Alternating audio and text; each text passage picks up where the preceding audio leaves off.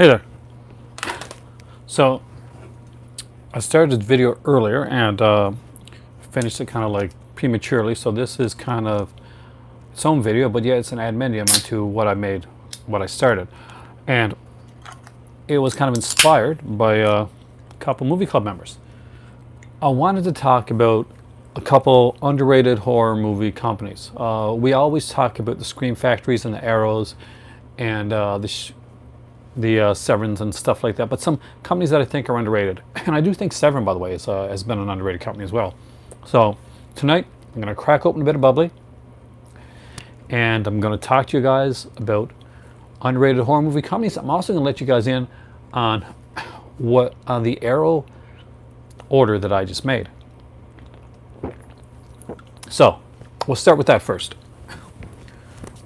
because hopefully you'll find that a little bit interesting. Over there. So my better half gets home and I said, well, let's look through the Arrow sale. I'm not sure if I can afford to get anything right now, but there's some things that really interested me. There was a lot of things that really interested me. Arrow's a company that I wish I had more of, and I say that knowing that shelf, that's all Arrow video. So if you see the shelf behind me with the with the alluring Russ Meyer box set, everything on that in that shelf is Arrow. So everything there is Arrow. All right, knowing that, and if you've been watching me for a while, you know I'm a huge fan of Arrow video. There's two sales going on. There's Scream Factory and Arrow. So my better half said, okay, you can pick out something from, you can get the Scream Factory sale or you can get the Arrow sale. Which one do you want more? Now here's the thing. Arrow had a bunch of stuff that was sold out. A bunch of like limited edition stuff. A lot of it sold really, really fast. But some of it didn't. And I'm not going to lie, there's certain things that I wanted so bad, especially one in particular that I'll talk about, that when I say the Arrow sale, I would say Arrow sale, limited edition stuff, and I would stop there because there's one that I really wanted. And it's going to be surprising to you guys because you guys know that I'm a fan of this director, and you would think that this movie, especially a good special edition of it, would already be in my collection, but it wasn't. And it sold out like really quickly when Arrow did it. And it's not surprising because Scream Factory did this movie too, but their edition of it is supposed to be a bit lackluster as compared to the Arrow one. Like at least with the quality of the print. The Arrow edition is a 4K restoration that is supervised by both John Carpenter and the director of photography Dean Cundy. And whereas the Scream Factory edition of it, hey guy, how's it going? I'm actually going to be talking about some underrated movie companies, and I'm talking about my Arrow sale, the Arrow sale. I actually just picked up 3 things that I can't see till Christmas, but 3 early Christmas gifts that I won't be able to open up till Christmas, but I was able to pick them out. So we went through the entire sale. I knew that the one I'm getting there, and it's not going to be a real surprise to like anybody that knows me, it'll just be surprised that I don't already have it, is I picked up their collector's edition of The Thing. So guy, if you haven't seen, well, I know you've seen The Thing, but if you haven't seen the collector's edition Arrow put out of The Thing, it sold out pretty much immediately when it originally came out. It sold really fast, and surprising no one.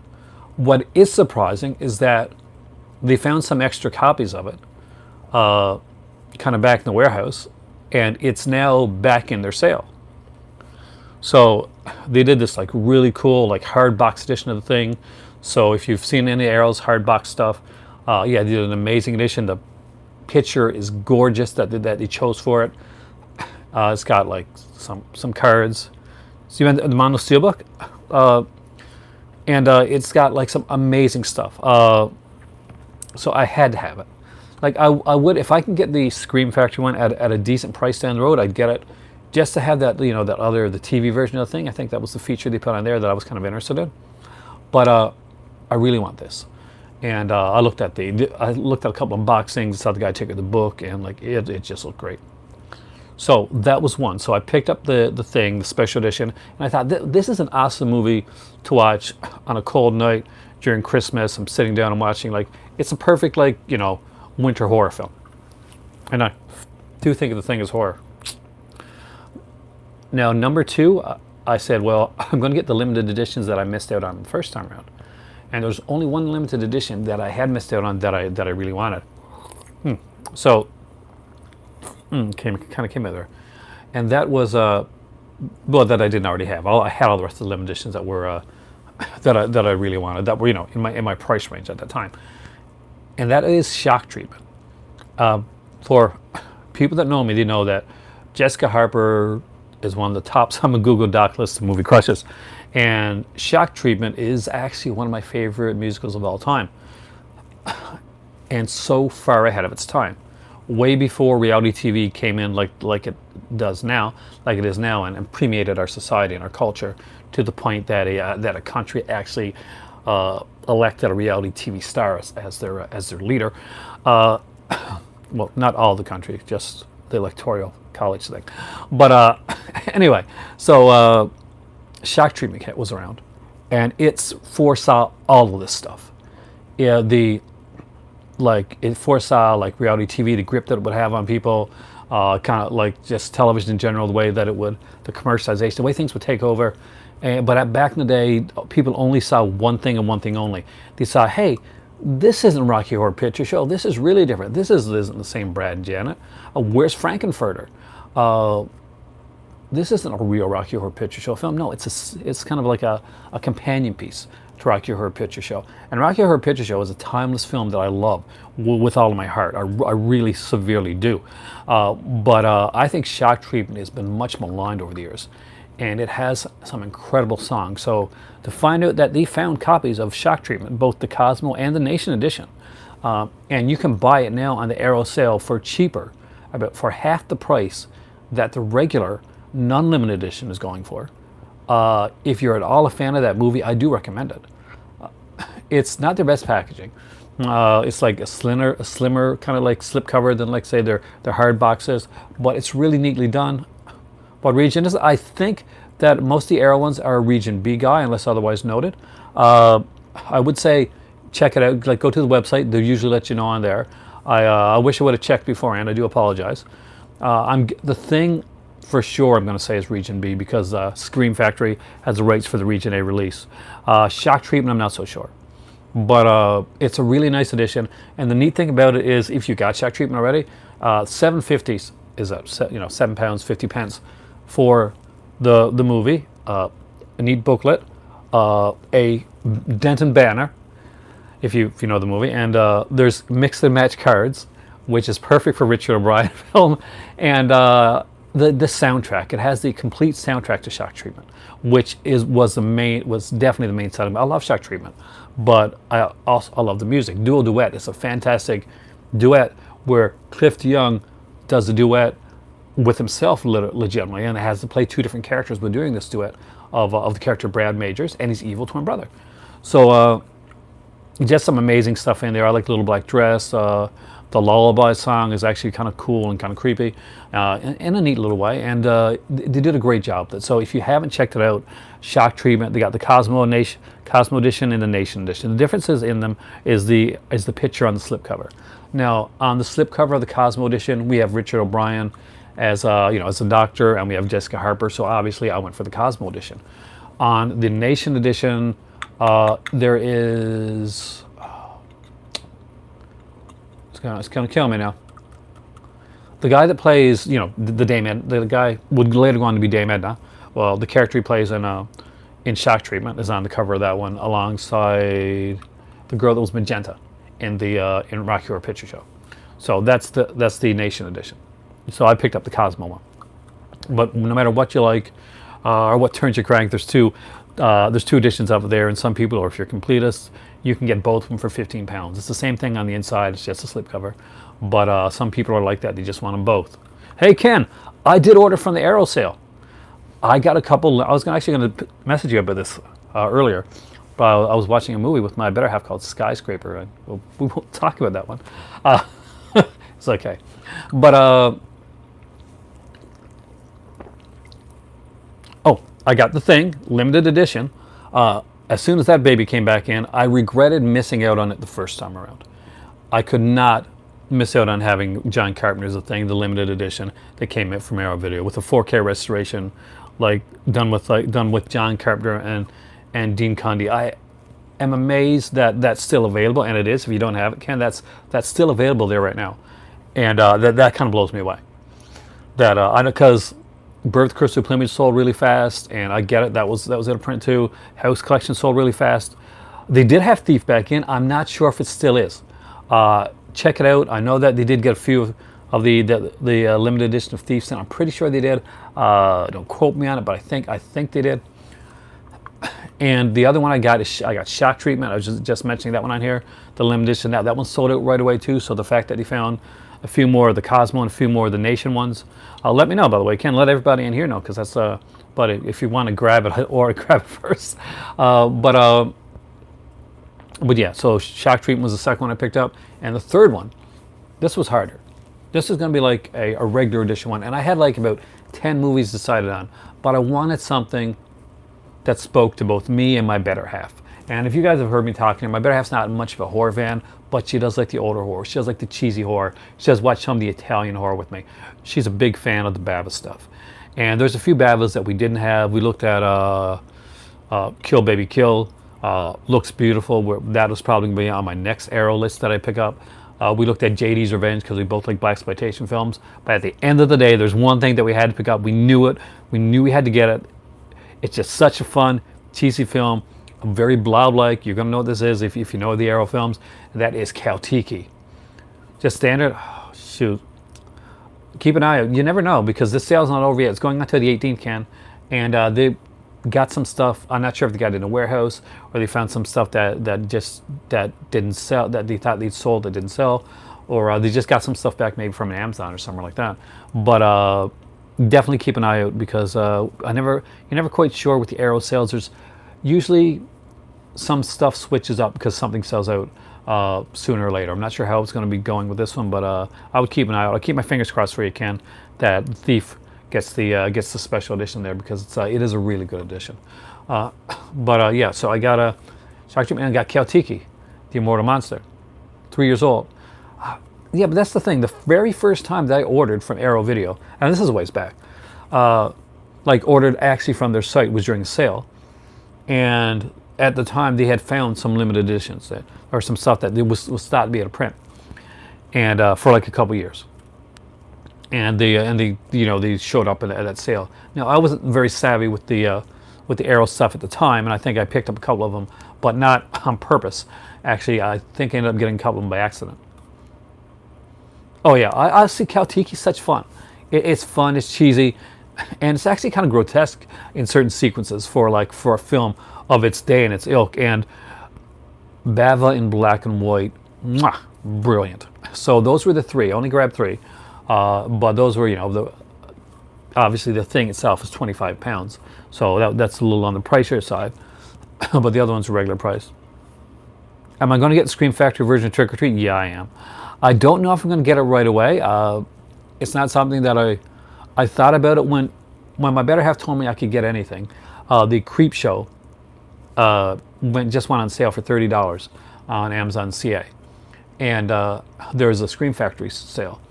So I thought about that, and I thought about Trick or Treat, because that's a movie that I really do enjoy, and I know that sooner or later Trick or Treat is going into my collection over there. But it is a newer Scream Factory one, so I can wait.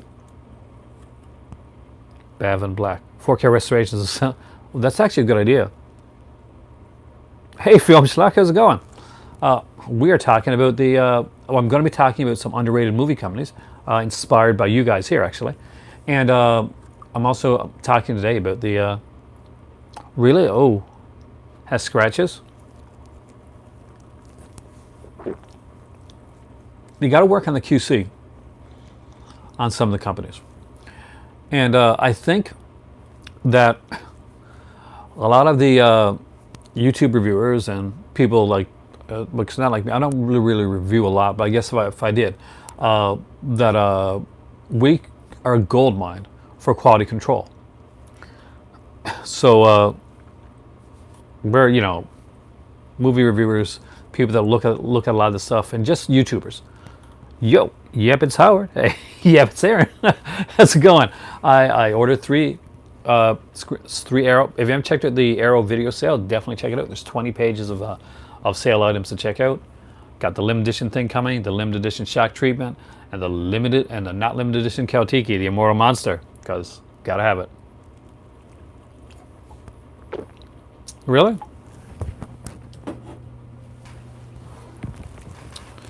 I guess you put up on the wall there then, huh? All right, so let's get to some of my bad political humor side. Let's get to some of these companies. So I got 3 companies picked out that I think were underrated and that don't get enough credit, don't get talked about enough. And I think I'll start it with one that most horror fans are going, no, Murdersville, welcome up. Welcome here. The thing Kaltiki shock treatment. And if you don't have shock treatment can, the limited edition Blue Underground. See, I thought about putting Blue Underground in, and I thought people would say, no, everybody knows Blue Underground. All the films, we might get to them because I do have some of those. I'll check them out in a minute. But I had Blue Underground in my hand, and I thought people would kind of like diss me for saying like, oh no, everybody knows Blue Underground. But I think you're right. I think I made a mistake in not having them into my underrated one. So I might add them now. So thank you for that. I should go with my first instincts. Hey, Shock Treatment's a good movie, dude. And not only is it a good movie, it's a prophetic movie for the way society is right now. It's the idea of like this reality TV culture. It was, think about it, like this years before this would happen, before this everybody's famous media reality TV culture, you gotta love Shock Treatment for that. And has a good soundtrack, man. Dual Duet, Bitchin' in the Kitchen. Jessica Harper's, I love Susan Sarandon. Fantastic actress. However, Jessica Harper, this may seem controversial, makes a better Janet. I don't have the Night of the Demon pre-ordered because I'm guessing I've been here for a while. But I had to make a choice. I had pre-ordered the William Castle box set and I had ordered the Night of the Demon set. That was my Halloween one. I found out that 1, I wasn't going to get it on Halloween, I was going to get it in early November. 2, they decided to exclude the, hey Kerry, how's it going? Welcome back, man.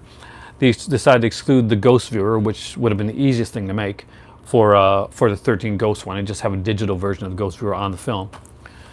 No, it wasn't actually. It's a fun little film. It's like it's exactly what you expect.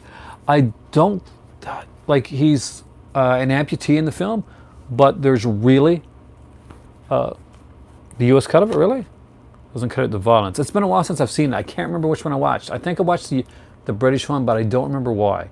I watched the one with the nudity, whichever one that is. I think that's the British one actually. Or it's a composite cut. Maybe watch the composite cut. There's like 3 cuts of it on there. But I just got asked a question I totally lost. I'm really sorry. Anyway, first company I want to talk about that I think is severely underrated that I don't see enough people talk about, and that's Slasher Video. They put out some really cool stuff. A lot of it is like is not like the Blu-ray quality that you see with some like super remastered, restored stuff, but they put out some really fun stuff that I think people should see. Shock 'Em Dead is a really fun little film. If you haven't seen it, I do recommend it. So Tracy Lords, after she became like I guess respectable, you want to say, or legitimate. I think she was always legitimate, but after she stopped doing adult films, she started doing like these especially these early horror films, and she would always be the one that wasn't naked in the film. Like there'd be like nudity scenes in but not her. There'd be like other people that were naked because she was kind of getting away from that. It was kind of by that point everybody had seen as much nudity at Tracy Lords as you could see, and fortunately underage Tracy Lords because she did those films before she was of age, which is but nobody knew at the time. It almost killed an industry actually. But so this is actually a really fun film. If you haven't seen it, I do recommend it. I used to have Killer Workout, and I had ordered. I gave a copy of one of mine to a friend of mine, and I ordered another copy of it, and the other copy didn't come in. So I eventually got to re-get Killer Workout. But there's a good friend of mine, James, actually, that I wanted him to see Killer Workout. Wanted him to have a copy of Killer Workout because that was just so fun and cheesy that I paid it forward with that, and I hope he really liked it because yeah, that's one that I definitely will get again down the road. But Killer Workout was one of the ones for slasher video. Next up is Satan's Blade. Now this was put out again by Arrow in a big edition. But I really like this cover. I really like the way it's done. I like that it looks like a actual VHS tape. The stickers with the fake stickers on it and stuff like that. And I love this movie. This movie makes no sense. It's crazy. There's a dream sequence in it for I'm guessing it's for padding with another creature, and he kills off everybody in this whole dream sequence, and it's really crazy. The video quality isn't the greatest, guy. It's very much like when you get one of these here. You see this here when it shows like a VHS kind of like looking cover. They're not in line with that. There's no like illusions of like this is the best restoration stuff. They do the best job that they can. They're very much a smaller company, and you get like a kind of a VHS style look to it. I don't think it's as bad as some of the really crappy VHS. Think of the higher end, some of the better VHS style. That's kind of what you get, and you kind of know that going in. And they do like put a lot of features on them. They put a lot of work into their stuff, and I think that the movies definitely are serviceable. And for some of these movies, this quality works for the films. And I do think that there's cases, there's definitely an argument for a time when less is more. When the quality wise, when it comes to this, that this feels so much more like one of those old. What's the title? Oh, this one right here.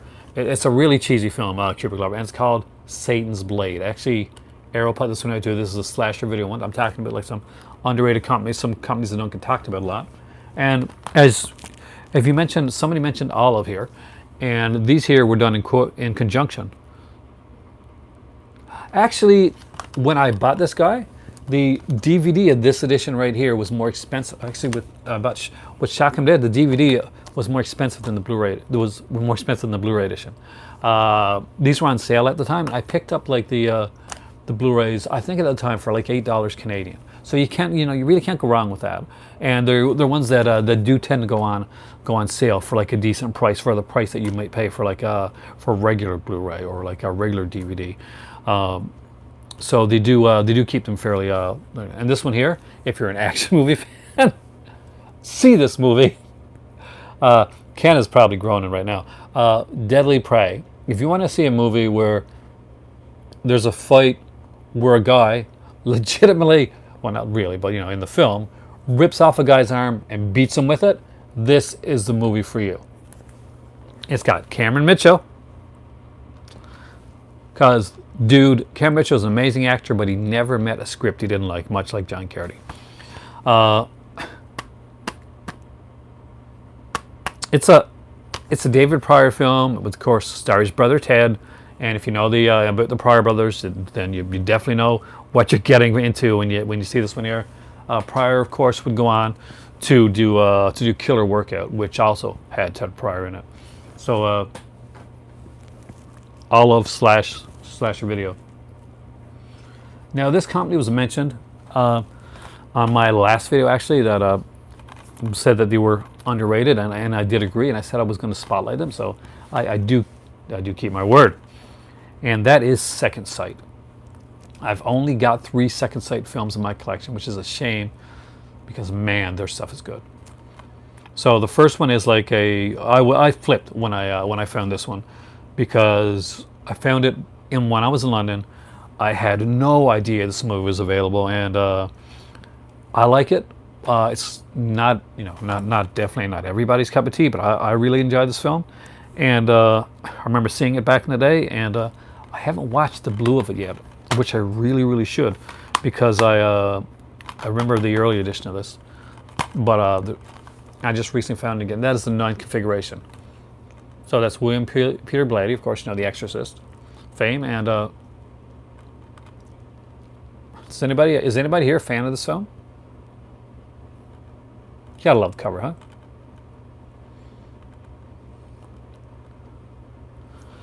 Yeah, I did. I remember Death Spa. Killer Workout is Death Spa is more supernatural-ish, but Killer Workout is very much in the cheesy slasher vein. And one of the brilliant scenes in Killer Workout is the fight scene in the parking lot. So if you've never seen Killer Workout, keep an eye out for the fight scene in the parking lot. You're welcome. And for fans of like Z-grade bad cheesy movies, you'll enjoy it. But if nobody's seen the Ninth Configuration, I do recommend it. Has anybody here actually seen the film?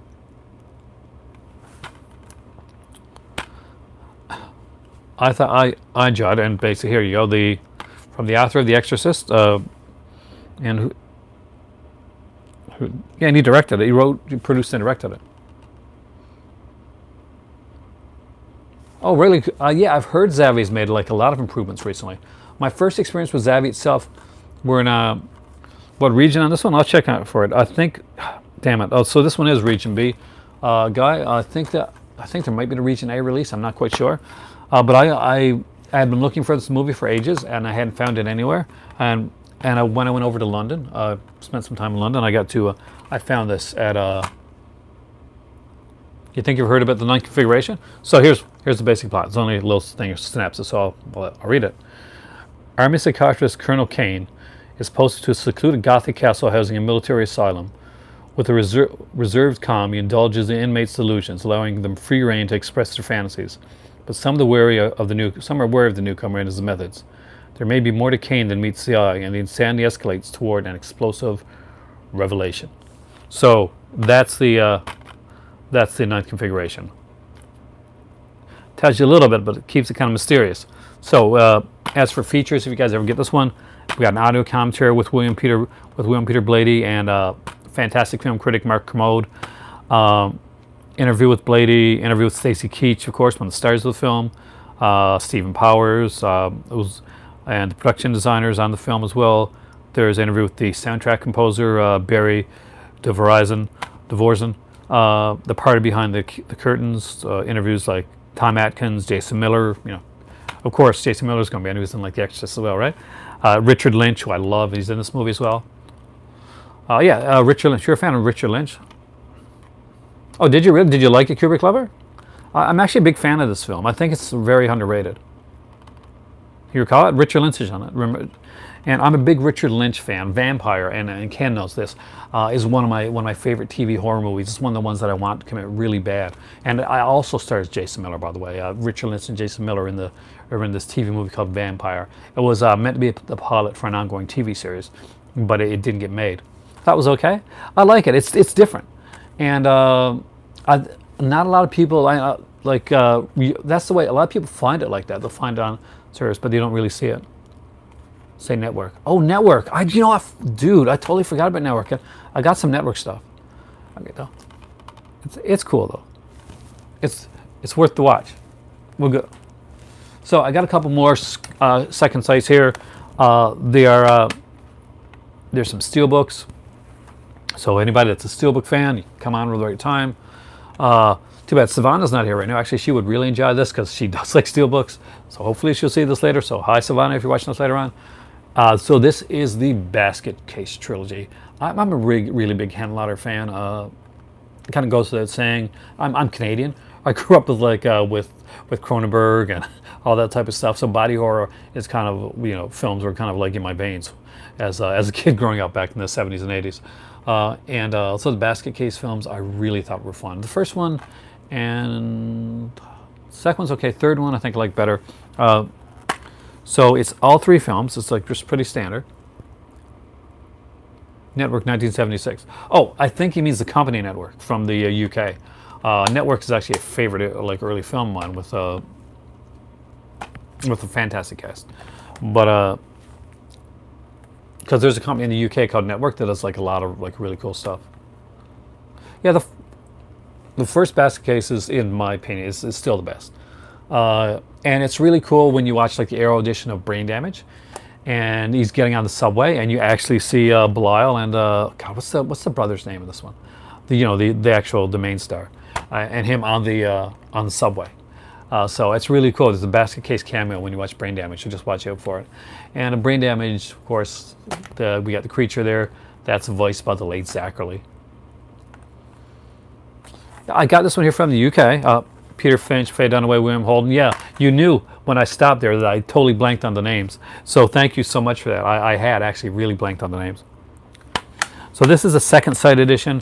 I got to dive into this because I'm not quite sure what features are on this. I know that I looked at this one once, and I got like the original DVD of the first basket case, But the thing that I mentioned earlier, and if you're watching my video earlier on today, then you know that I talked about this one a bit, and this is Return of the Living Dead. This is the edition of Return of the Living Dead that you want to have. The Scream Factory one is good, but this is better. And why is this better? Because this is one of the movies that soundtrack matters. For me, soundtrack, that's like watching Demons. When you watch the original Demons film with Lamberto Bava, directed by Lamberto Bava, produced by Dario Argento, the soundtrack on it is incredible. If you're like a fan of like 80s rock and hard rock and some metal and just some different stuff, Demons really, really delivers. And this movie has an incredible soundtrack. Obviously, when the DVD came out, the soundtrack was taken off. Oh, really? You want that oh, I love that film. I really do. When I was doing some acting, and I was doing what you call a demo reel, one of the scenes that I did was from Network. So yeah, back in the days, those days, because I had to shop myself around, the agents, all that type of stuff. But Return of the Living Dead, they did a great. This is the original soundtrack of it. So complete soundtrack. And Second Sight is the only edition, the only version of this film that I can pretty much say has the original soundtrack. Now this is an amazing one. We got the nearly 5 hours of bonus features. No, I didn't actually take up acting afterwards. Signals. Oh, there's some good choices there. I actually ended up going into journalism, and I went to journalism school instead. Actually, there's a video on here called "How Doctor Who Changed My Life," and that's what that's about. Actually, is about the fact that I was going to go into acting, and Doctor Who got canceled in the same year that I graduated from high school, and I ended up taking my career in a different direction because I was that affected by I wanted to act on this show in some capacity or another, and I saw it as a sign. I was big into okay, what should I do, type of thing. And I've been accepted for two courses to go to school. One was in journalism, the other was in Western Ontario, in the drama department, and I ended up doing in school. Yeah, I did and off Broadway stuff, but off not off what they call off Broadway, like neighborhood stuff, all that type of stuff, stuff like theater outside of school and that. Yeah, I did pretty much anything you can imagine with Shakespeare, Sophocles, a lot of things, and I directed a few plays as well, and kind of just had fun with it. We did a few of the Lambton Slaughter, just a bunch of stuff. When I did my demo reel back today, because what I wanted to act on, what my goal was, I did want to act in. It's going to be really surprising now to a lot of people. I didn't want to do film. I hated the concept of acting in film. He is actually. I really hated the concept of acting in film back then, and I'll tell you what, I was a theater snob. I'll be laid out there. I was a theater snob, and the closest I could get to acting in the capacity of a theater that I thought would be challenging, because I didn't think of film as challenging. I thought of it as it's a hodgepodge. It's a Frankenstein of a thing gets put together. I had very different views back then, but I wanted to act in soap operas because of that. Actually, because of this. Oh, congratulations, dude! You're really self-conscious. It is. It's hard to watch yourself. Obviously, I can do this because I'm just me. But I did a couple PSAs back in the day, which I hope to God are lost. When I was in journalism, they heard that I had an acting background, and I had done it for most of my life growing up. And so we did these PSAs, and there's this one PSA that we did, and I played the kid. So I'm this kid, and it's like a stranger danger one, and I'm wearing like shorts, and like I got a huge ass lollipop, and we filmed this like on a real street. There wasn't a set, like we're journalism students, and they were the second years. They're doing some PSAs for the television station that we had there, and they're going to have it in between in between a lot of some of the news broadcasts that was done. So I'm like skipping down the street, and I got this huge lollipop in my hands, and there's like people that are tempting me. And along the way, there's like this girl that plays a prostitute, and she dressed up like that. There's a flasher along the road. There's these people that are all tempting me, and finally it comes down to the end of it, and I drop my lollipop, and it's this huge, and I start to cry, and this like truck comes up, next to me, and one of the guys he opens up the door, and we just hear his voice, "Hey kid, you want some candy?" And I stop crying, and I look towards him, and he yanks me, and he does yank me, right? He yanks me into the car, and it kind of pulls off, and beware strangers. So it was just a kind of a funny little thing that we did back in the day. So hopefully that is lost in the sands of time. But there you go. This is a story for you of probably why I didn't take up the acting. But but definitely, guys, pick up this one here. It's a great edition, and not only that, it's got beautiful cover work, artwork on the inside as well. It's got a kind of a book here, the Ernie Kaltenbrunner book, and shows a lot of different art from the film, some write-ups, a lot of fantastic stuff. You get to see like some of the art here. Like there's a tire man. Incredible set. If you can get this one, pick it up. I can't recommend it strongly enough. I really, really can. It is a gorgeous looking one, and it does have the complete More Brains on there, as you can see. So that's Second Sight. That's all I got from Second Sight right now. Other company that I wanted to mention, because I don't see many people talking about this one, and that is the little company by the name of Raro Video. Is it better than the Scream set? The Scream Factory Edition? I consider this better than the Scream Factory Edition. To each their own. But for me, I'm a purist. Like I would, if I found the Scream Factory one for cheap, I'd buy it. But if I had to choose one over the other, and this one here, is this one Region B? Well, damn, it is. Okay, so it is Region B. Though I know some of these. I see the artwork in this. It is pretty amazing.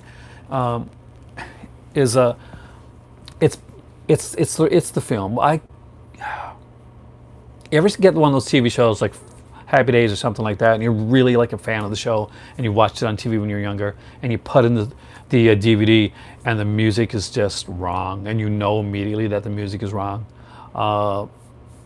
For me, a movie's not complete. It's not a complete actual film when some of the music's missing. Sometimes it's okay. You take the hit, and Scream Factory had to do that for like just 2 songs, only 2 songs really, in the Scream Factory edition. So if you got the Scream Factory edition, you got a really good edition. Don't think you don't. They did a great job on that one.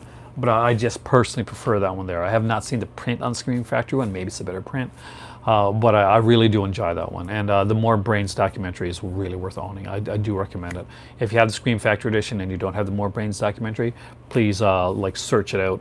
Because this one here actually has the full documentary, including the documentary on the sequels as well. So I did enjoy that. So the third company that I wanted to mention here was Raro Video. Now, Raro Video is a company that I kind of stumbled upon. And I do like their stuff. And I've seen like better prints of some of their stuff come out, but they also put out some movies that I really like, and they do deal with a lot of Italian films. I see Raro. I'm not sure if they're part of, or they have some kind of deal with Kino, but I think that Kino sells a lot of Raro stuff on their site as well, by the way. And they have like a kind of a formulaic look. Shout Factory. I'm a huge Shout Factory fan. I mean, I think that they put out a lot of really good stuff, and they put a lot of work into their stuff. Oh, really? Fringes, which Just Hours prequels?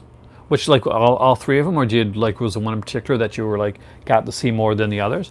Because I'm not a hater When it comes to a lot of the Star Wars stuff. I wasn't as big into the prequels, but I don't think they were meant for me.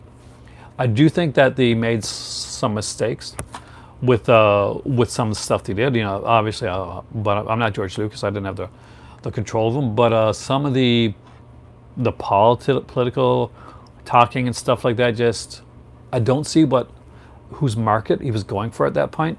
Because for me, a lot of the Star Wars films that were made, especially the prequels and stuff like that, and when you had like Jake Lloyd, the little kid, and all that stuff, really should have been aimed towards a new Star Wars audience coming up. And I always do think that these should be, I want to be able to watch it, but I also want kids to be able to see this as well. The pod race is amazing. Isn't that pod race amazing? I didn't like the Vader thing, actually. I really didn't like that. No! It didn't work. I do think that it was some horrible writing. Attack the Clones? Did you see Christopher Lee? He was in Attack. I love Christopher Lee. Rest in peace, man. He was awesome. Oh, if you watched my video earlier, I started it out asking you your opinion on the Hammer debacle that was going on a Facebook page. Yeah, it was really over the top. He just didn't do it right, and he's a good actor too. He did some other good stuff, so they made their decision afterwards. Yeah, that is a laugh out loud moment. So the page I mentioned earlier, that there was a page that was a Hammer page, and they were expanding out to just do stuff that wasn't Hammer, and they asked the people on their page, should we do Hammer, or should Hammer British, or should we just do everything? And I was of the opinion okay, you're going to call yourself the Hammer site, change your name, but if you're not going to be Hammer, do what you want to do. It's your thing. Really? But what ended up happening is the winning of the poll at the time that they pretty much stopped it was going towards the British. Stick with the British stuff. There's a lot of sites that do, a lot of Facebook pages that already do general horror, and so this was different. This was kind of its niche. So at the end of the day, one member, which was a mod on the site, started seriously complaining that it wasn't going his way. It wasn't going to, and he basically said, "Now I want you to remember this. This is a Hammer Facebook page, okay?" He basically said Hammer was too narrow and was boring and stale. So he didn't think Hammer was that having it as a Hammer page was a good idea. So one guy was fairly strong in his conversation about it. He was respectful, but he made some really good points. Now, I did notice, and I did find that he was getting kind of bullied a bit on the site, and he eventually, because he ended up having to block one person that was on there, and he got taken off the site, and they ignored everything that had been said by the people that were on the site, and they just changed their name. They said Hammer and Beyond or something like that.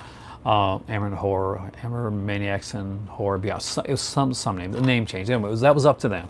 But as a guy that was on the page, and I was looking and sitting back and seeing people being bullied and all this kind of the drama, all this kind of BS stuff. Who's got time for that, man? I'm like, no, dude. You kicked the guy out for voicing his opinion. You got all dramatic. You've got this guy that's modding the page, that every time something doesn't go his way, he says, "I'm leaving the site. I'm leaving it." And my thought is if you're going to bring this much drama to the table, good riddance. But no, it has these people that go on and oh no, don't leave. It's kind of this year Tom Baker. This year I'm leaving Doctor Who. No, Tom, one more year. You can do it one more year. This year I'm leaving Doctor Who. Hello? So, but yeah. So actually, I left the site. I just said I can't be on the page. I just nope, unjoin. It's a private page, and I said no. I just don't want to be a part of that. I don't have time for that drama stuff. I like this. This is fun. This is enjoyable. We don't have to all like the same stuff. The documentary there, actually, I don't think I've seen that one either. But it does sound interesting. I'm a documentary fan. I would love to see that. So does anybody like Raro Video? Actually, I kind of came across them at a record shop, and it was like in their in the sale stuff. So this is Murder Obsession with Riccardo Fredi, of course, the first, I guess the godfather of the Italian horror, because he would be the guy that would start it. And this is a later one, done back in, when was this one done? This was done in the 80s. Wow, this is one of the later ones. Yeah, that's the thing. And I don't even think he would be good with the bigger words. So, just saying. But I did like this one, Murder Obsession. It was a fun little one done back in 81. Decent cast. The first like Raro video that I picked up, and you guys should probably know this film, especially Kubrick lover, because he's a fan of so this is Waves of Lust, and Waves of Lust is done by Gregorio Diodato, but it's a remake of sorts of another movie, of an earlier film that was done by Roman Polanski called Knife. Let's that again. What's it called? It's got to be in here somewhere. Knife in the Water. Yeah, thank you. It's kind of a remake of. Oh, really? I still think of them as an Italian label. I know they do some other stuff, but for me, they're. Or do you mean like Raro Italy? Because I know this is the kind of like the American arm of North American arm of Raro, but Raro was originally, actually very correct. It was just legitimately just an Italian label. Now this is an early Raro one. I really like this movie. It's got John Steiner in it, actually. His name's not here. Oh, yes, it is. John Steiner's in this. Of course, many people know him from Tenebrae. He has a very important role in Tenebrae. And if you've seen the Lou Ferrigno movie Sinbad, he's in that as well. He's a bad guy in that film. Oh, really? Have you seen this one here, Kubrick Lover? This is actually sort of like a remake of that. Waves of Lust. So if you like Knife in the Water, you might like this one. And I really did enjoy it. Two carefree youngsters, Arim and Barbara, are invited for a weekend cruise on a yacht owned by Giorgio, a ruthless and cynical industrialist who's married to Sylvia, a disturbed woman who allows herself to be physically and mentally abused by him. Sylvia then forms a love triangle with Arim and Barbara, who conspire against Giorgio, whose misogyny and paranoia pushes him over the edge into murder. Great film. And what's really cool is they always have, I got to be careful with this one, the booklets.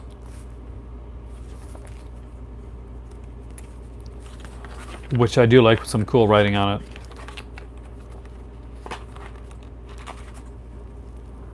And that is, you can see John Steiner right there in the foreground. And you should probably remember him from Tenebrae. He's a very important role in Tenebrae. And the other one that I grabbed from them, and I got this one at the late lamented HMV here in Canada, and it was actually on at a really good price. I'm a big fan of the what's the word I'm looking for? The police style, Italian stories. The Poliziata. It's got a name to it that I always mispronounce. So I try to say it really quickly to make it not look like I mispronounce it, but I do. So I got to get some cash.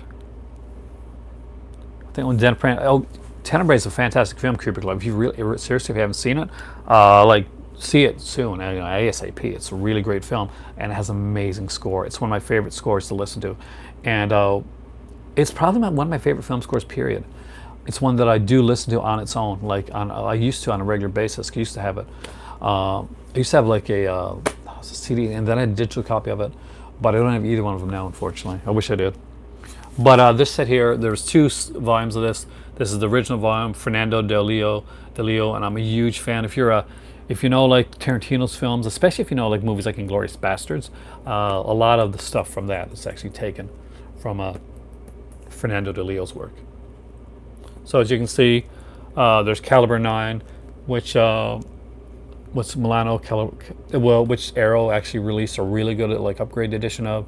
We've got the Italian Conspiracy on here, the Boss, and Rulers of the City. So I'm just gonna crack this one open here and show you guys what it has. So this one has like a bigger, definitely a bigger booklet, and it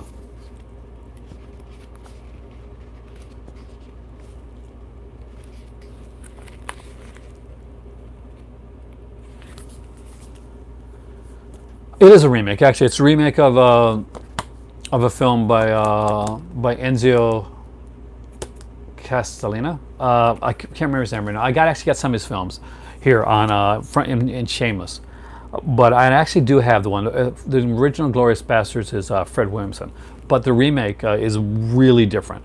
So Tarantino really did his own thing with the remake, and sequences, especially a sequence in a movie theater, came straight out of De Leo's work. So here are the movies. Let me see if they have. Whoops, this one almost fell out. Yeah. So there is this was a nice cast too. Woody Strode, Henry Silva. So that's the Italian connection right there. I love this cover, by the way. It's amazing. The original artwork, the original poster art. We got Caliber 9. You know what? I don't remember it very well. I'm not sure if that's a good thing or a bad thing. I thought it was okay. It didn't stand out, and that doesn't mean it's a bad movie. It's just that it didn't stand out enough for me to like really remember it that well. I'd have to go back. I think Severin put it out, and they put out a 1 and 2 disc edition of it. I think I've got the 1 disc edition somewhere here, but I really am looking forward to I really want to get the 2 disc edition down the road. So my thoughts on it is I liked it, but overall it seemed like not an actually the second title, Caliber 9, and actually there's another name for this one. You can see it on the Arrow. It's actually on sale on the Arrow sale right now, and a great cast. So we got like Barbara Boucher in this one here. I think she's gorgeous. Lionel Standers in this one. Gaston Machon, Philippe Leroy. Just really good movie. Next up here is one with Jack, the man himself, Jack Palance, and that is Rulers of the City, otherwise known as the Boss. No, that one's the Boss. So Rulers of the City, and there's another name for this, but I can't remember what it is now. Tarantino credits Rulers of the City as a pivotal force behind his decision to become a filmmaker. In the film, they do. That's the thing. They really do love these films. Like, if I was making movies, if I was legitimately making movies, they would probably be kind of in the Tarantino-esque vein. Eli Roth's a guy that I think gets a lot of hate, and I don't really get it. I never got the hate for Eli Roth because it's a guy that's making movies that legitimately likes movies, and that's always baffled me. So I've never really understood the hate for Eli Roth as a person, especially. Maybe there's something I don't know about Eli Roth, some dark secret, but no, I never bought into the hate of that director himself. Man, who doesn't love a good Jack Palance film, man? I do. Oh yeah, Green Inferno was definitely, he loved the Calma Holocaust, so that's why he did it. Mr. Scarface? I think it might be this one. No, it might be, this actually might be, is this Mr. Scarface? You might want to look it up. This actually might be like kind of a fancier version of Mr. Scarface. I'm not quite sure if it is or not, but I do think it had a couple other names. Did he actually mention on here? Did he say? They don't. You never know though. And of course there is the Boss, and again Henry Silva and Gianni Garco, who of course was famous for a lot of westerns, 10 westerns back in the day. How did you find Hostel? I don't own Brawl in Cell Block 99, and I want the 4K edition of it, and I'm not going to see it until I've heard amazing things about it, by the way, but I'm not going to see it until I actually own the 4K, and I'm waiting for Black Friday. and to go and like get get that movie. It's one that and it wasn't expensive either. It's just at the time I couldn't I just couldn't get it, and by the time I went to get it, it was all sold out in my area, and I didn't want to order it online. I wanted it to be one of those kind of those go in and get 4K type of experience, and I do want it in 4K. So I've heard amazing stuff about it. I heard that Vince Vaughn it's like a definitely almost like a career making performance for Vince Vaughn, but I have not yet seen the movie myself, so I'd be lying if I said that I had. But I've heard great stuff about it. I hope that helps a bit. Jack Palance is always kind of over the top. It's kind of what he does. Actually, Kubrick, Lover at Hostel bothered me when I first saw it. And, this is back when I first saw Hostel, there wasn't a lot of movies like that. Like that, in kind of in that, like, I hadn't seen a lot in kind of in that vein. And it bothered me at the time. So I bought it, and I legitimately bought it for full price, and I sold it for $5, legitimately like the next day to like somebody else who lived in the apartment building that I lived in because it bothered me. Years later, I'd watch it again, and I couldn't find out what exactly it was that shook me up so much. But at that time, maybe it's just when I saw it, it did, and maybe that's what he wanted to do. This is jaw dropping. What is jaw dropping? Anyway, you can see the covers, the work they put into their stuff. It's just incredible. The Raro video, and like I say, I don't have a lot of these companies, but I do think that they're underrated, and people need that. I do think there's stuff that that people should definitely look into, especially if you've never seen Fernando Del Leo film. Please do.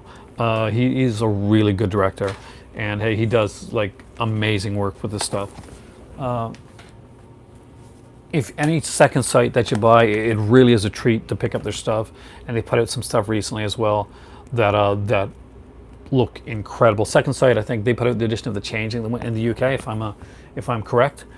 And that, like, I've got the Severin edition with the soundtrack because I had to, because I had it in my hands and I wanted to watch The Changing, and it was a little expensive, but I could not pass it up. It was literally the limited edition was in my hands. I'm like, I can't pass this, and so I got that. But if I was in the UK, I would definitely have the UK, the second side edition of The Changeling. It's they put it together so well, and I just love their even their regular stuff, like their regular boxes are incredible. Long before we had the black box stuff here, George C. Scott. Change with George C. Scott's one of my favorite films, Kubrick Lover. It's definitely one of what I consider one of the top like haunted house movies of all time. Now, I could be a bit biased because I grew up with The Changeling. It's one of the ones that I grew up like watching that film.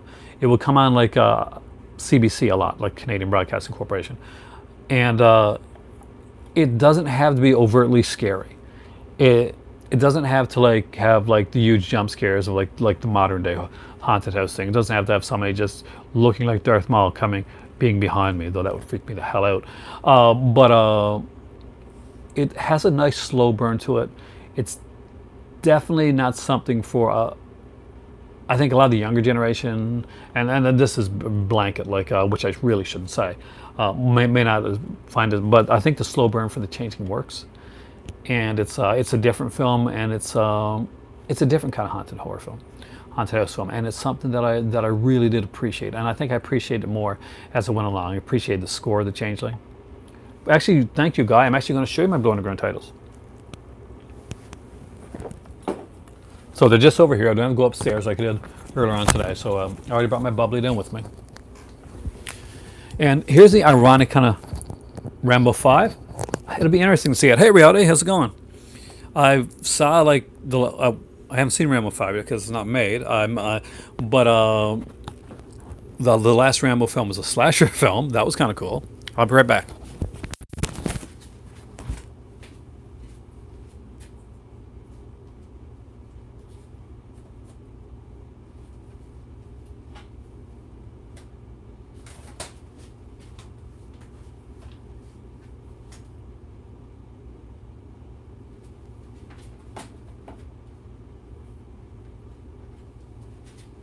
Have an idea.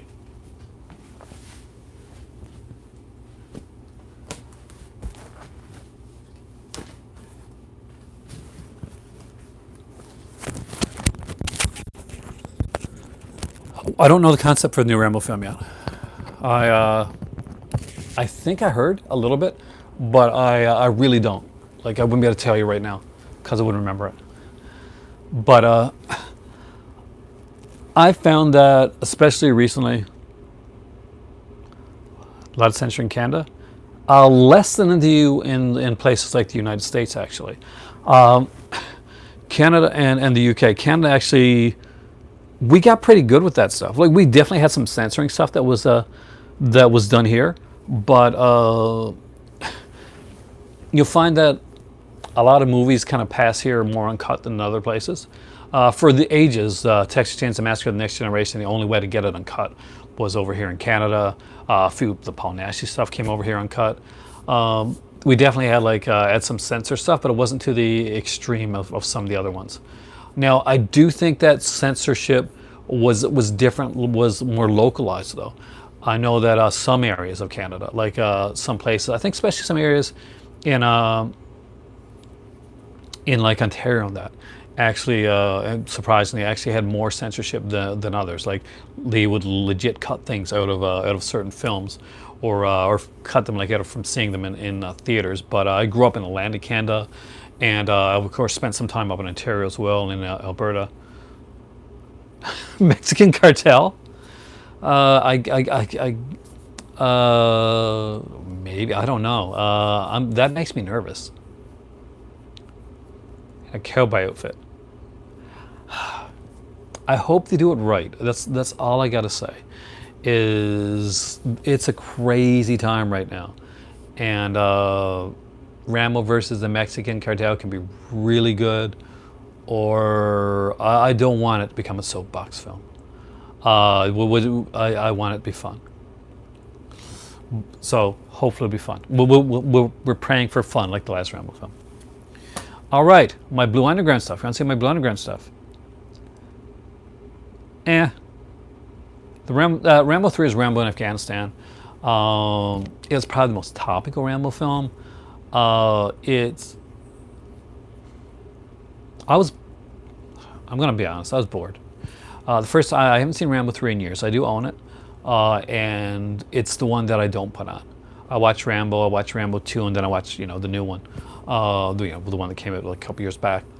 But I always tend to skip over Rambo 3 because of the times that I have watched it, and it could have just been the times that I saw it as well. But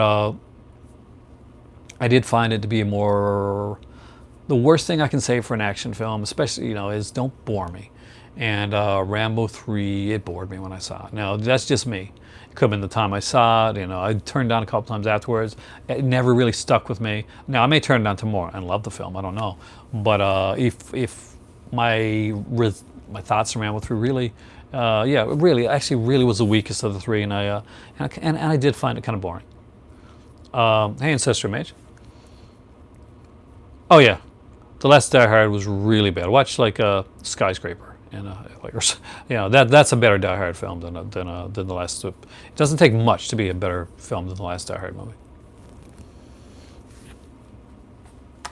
Oh, it was slow. That's the thing. It's just, I think it was more of a. Oh yeah, I like the missing action. I like and again, there's 3 missing action films, right? And even the worst missing action film, which is for me is part 3, by the way. I did like better than Rambo 3. I liked all 3 of their missing action films. I thought they were some people thought, no, Missing Action 2 isn't very good. It's weaker, so even though they're filmed at the same time, we'll put Missing Action 2 at the beginning as a prequel film, and Missing Action will be the really strong one. We'll put it first. And honestly, for me, I like Missing Action 2 a lot better than Missing Action. But I did enjoy both the films, almost equally. I just like part 2 just a bit better. I had something about it. So, my Blue Underground stuff. You guys asked about that. Yeah, I'll give it that. Rambo 3 is better than Good Day to Die Hard. Born American. Chuck Norris was a great actor back in the day, but that guy is playing loco right now, kind of a little bit on the out there train. Let's be honest. I don't know what that's going to be. It's human Jesse.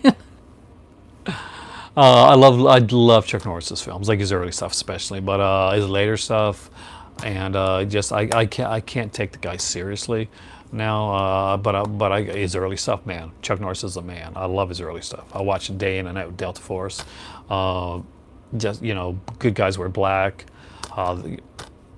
amazing stuff.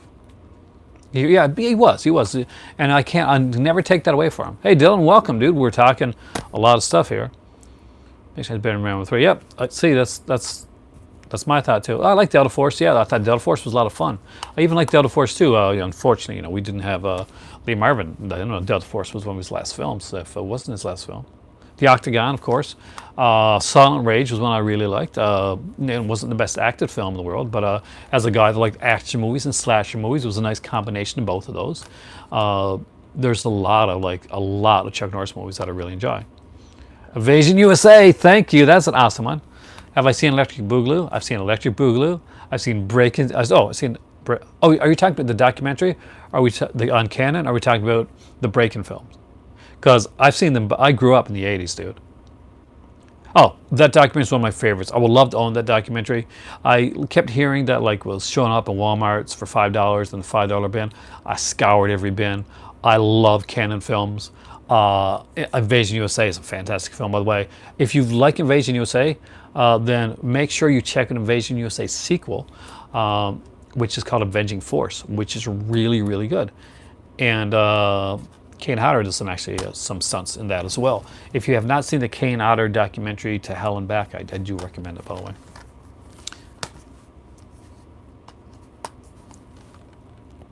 Torso. This was an early buy for me from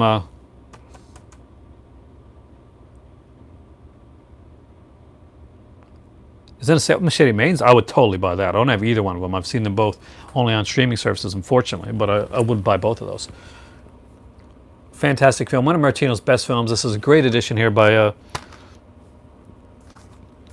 Blue Underground, and they just did a really, really good job. I'm a huge fan of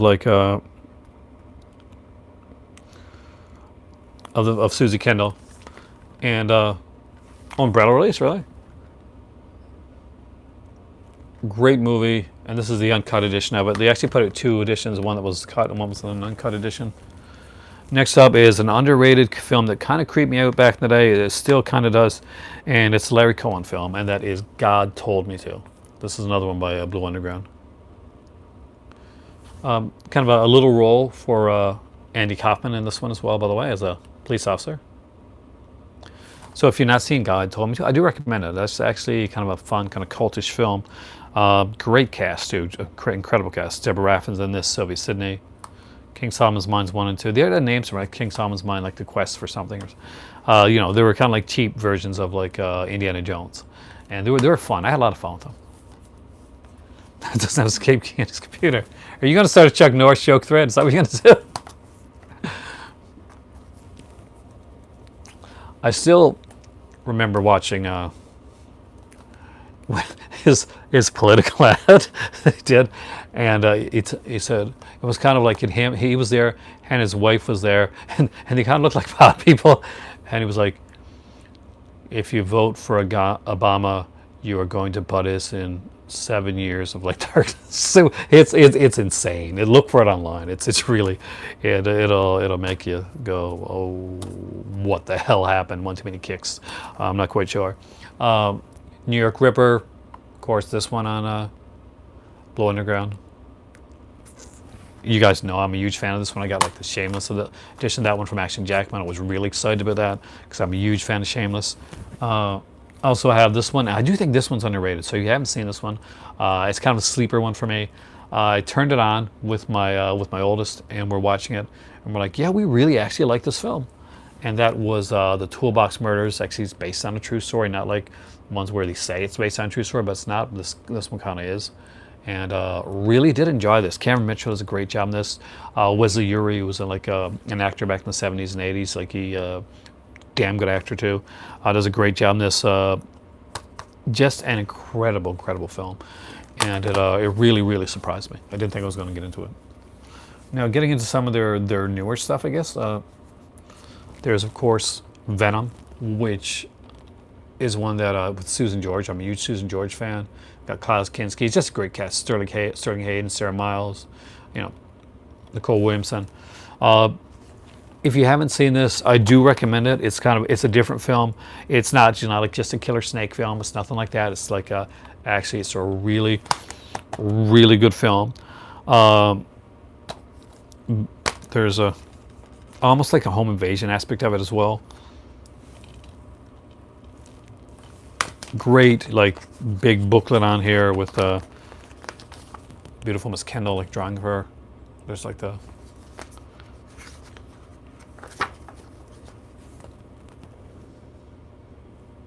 I'm a huge Kinski fan. I've always been a Kinski fan. Not often, to be honest with you. Like, if it's my only choice, Dylan, to watch it with the English dub, I will. And but I do prefer the subtitles. But once in a while, I'll if I'm like, say I'm doing something and I can't really like concentrate, I'll put it on with the dubbing. Usually it's if I've already seen the film.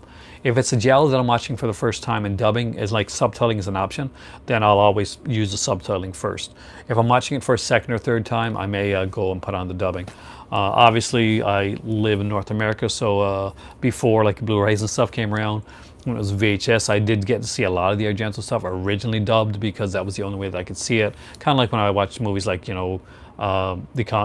the Trinity films, like Call Me Trinity, My Name Is Nobody, stuff like that. Originally, those movies I saw with just dubbing. So I'm not a snob of like I'm not going to listen to it with dubbing. I will. King Solomon's Mines, yeah, they're really cool. Make sure it's there. You are doing that. Not anymore, you don't.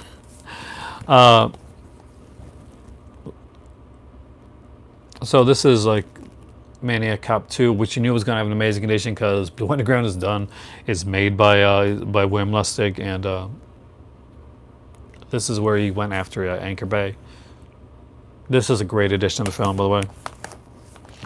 Of course, the lesser liked Maniac Cop 3. I think Jackie Earle Haley does a decent job in this.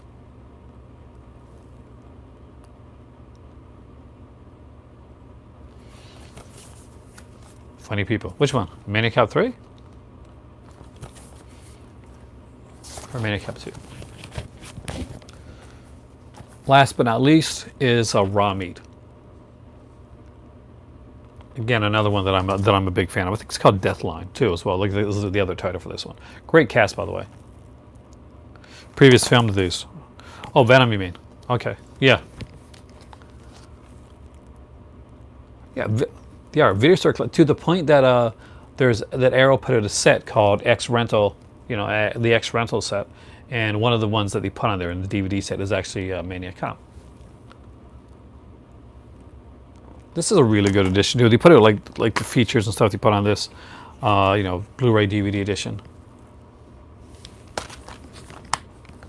Vigilante, man, I haven't seen that in ages. That's a really good one, and I think that was put out by Blue Underground too, wasn't it?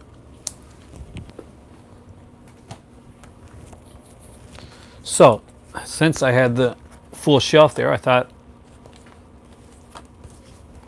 for sake of conversation, and to keep our thing going here, I thought I'd show you a couple other companies that I'm here. So I've only got two of these, and I got these here thanks to James, and I'm super excited that I got them, by the way.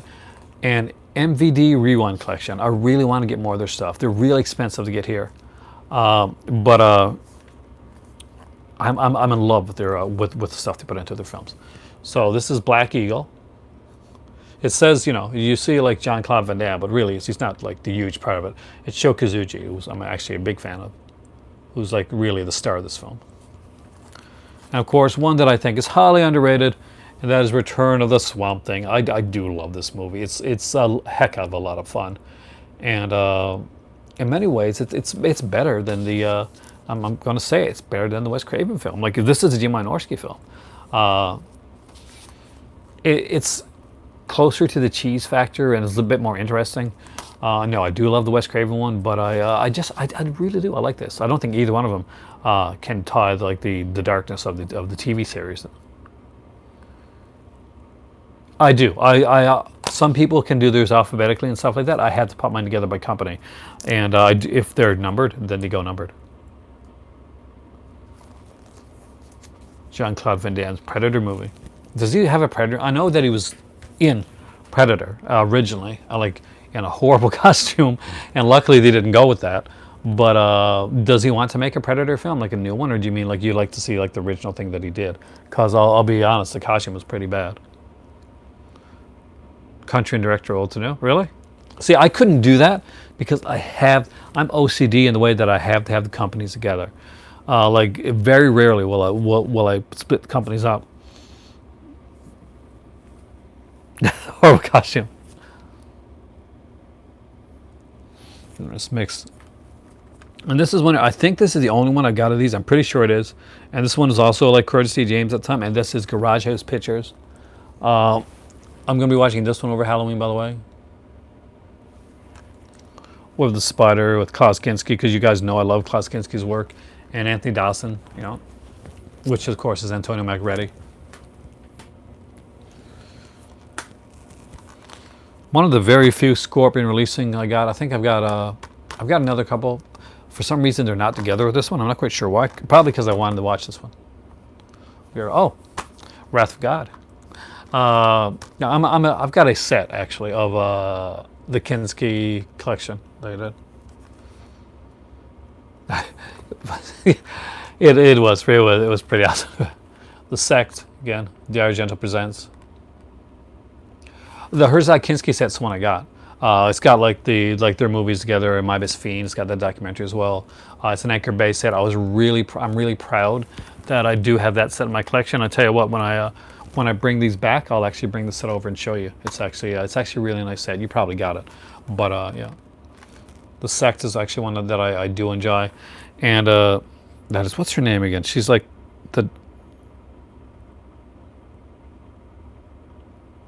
Kelly Curtis. Jamie Lee Curtis' sister. That's Jamie Lee Curtis' sister there. I eat green berets for breakfast. This is the only edition of Prom Night to really own. This is the amazing. They did such a great job, and Jamie Lee Curtis looks incredible in this movie. Next up is the infamously The Dorm That Dripped Blood. Very dark, like as a very nihilistically dark ending for this film. I like it actually, like a lot. Henenlotter's Frankenhooker. I'm a big fan of this movie, and it's super silly, super cheesy, super over the top. And I do say, are you surprised I like Frankenhooker, or have you never seen Frankenhooker Cubic Lover? Because you've not seen Frankenhooker, you have this. Italian or English? I'll check here. It's Scorpion releasing.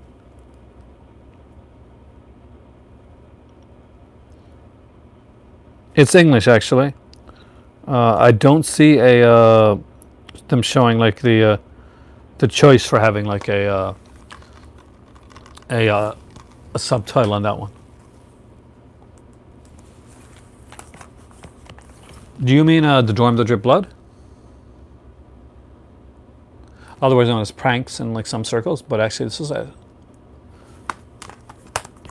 Frankenhooker is one of Henenlotter's best films. It's severely underrated among his work, and for me, it's definitely above like I've got Friday and Saturday off. That for me, that's a weekend. The Arrow edition, the Arrow edition would be awesome, man. Curtains, Canadian Giallo slasher hybrid. Really enjoy this movie. It's definitely a slow burn. It's got a great cast, and if you've never seen it, I do recommend checking it out. I will be watching this during my 31 Days of Horror, because I always do. I really like this film. Always a classic documentary. Hong Kong horror films, to your knowledge. Oh, there's a lot of Hong Kong horror films. I just don't have a lot of them. Now, 88 Films are putting out like they've got a whole line of Asian films.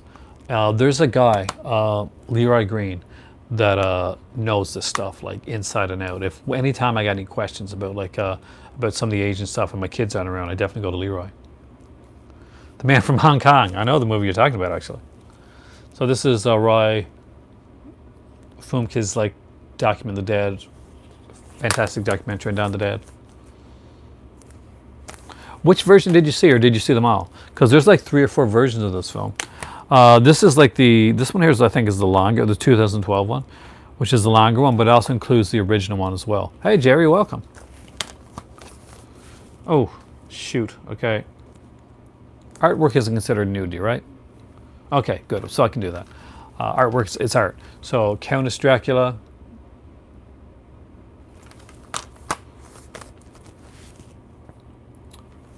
Hands of the Ripper, which is a really good one. The Shudder edition? I'd have to check because Shudder do have different ones of that. Of course, the Hammer film Twins of Evil. Love this movie. Great documentary on here, by the way, with the whole Camilla thing. The very underrated, extremely cool Vampire Circus. I love the artwork on these, by the way.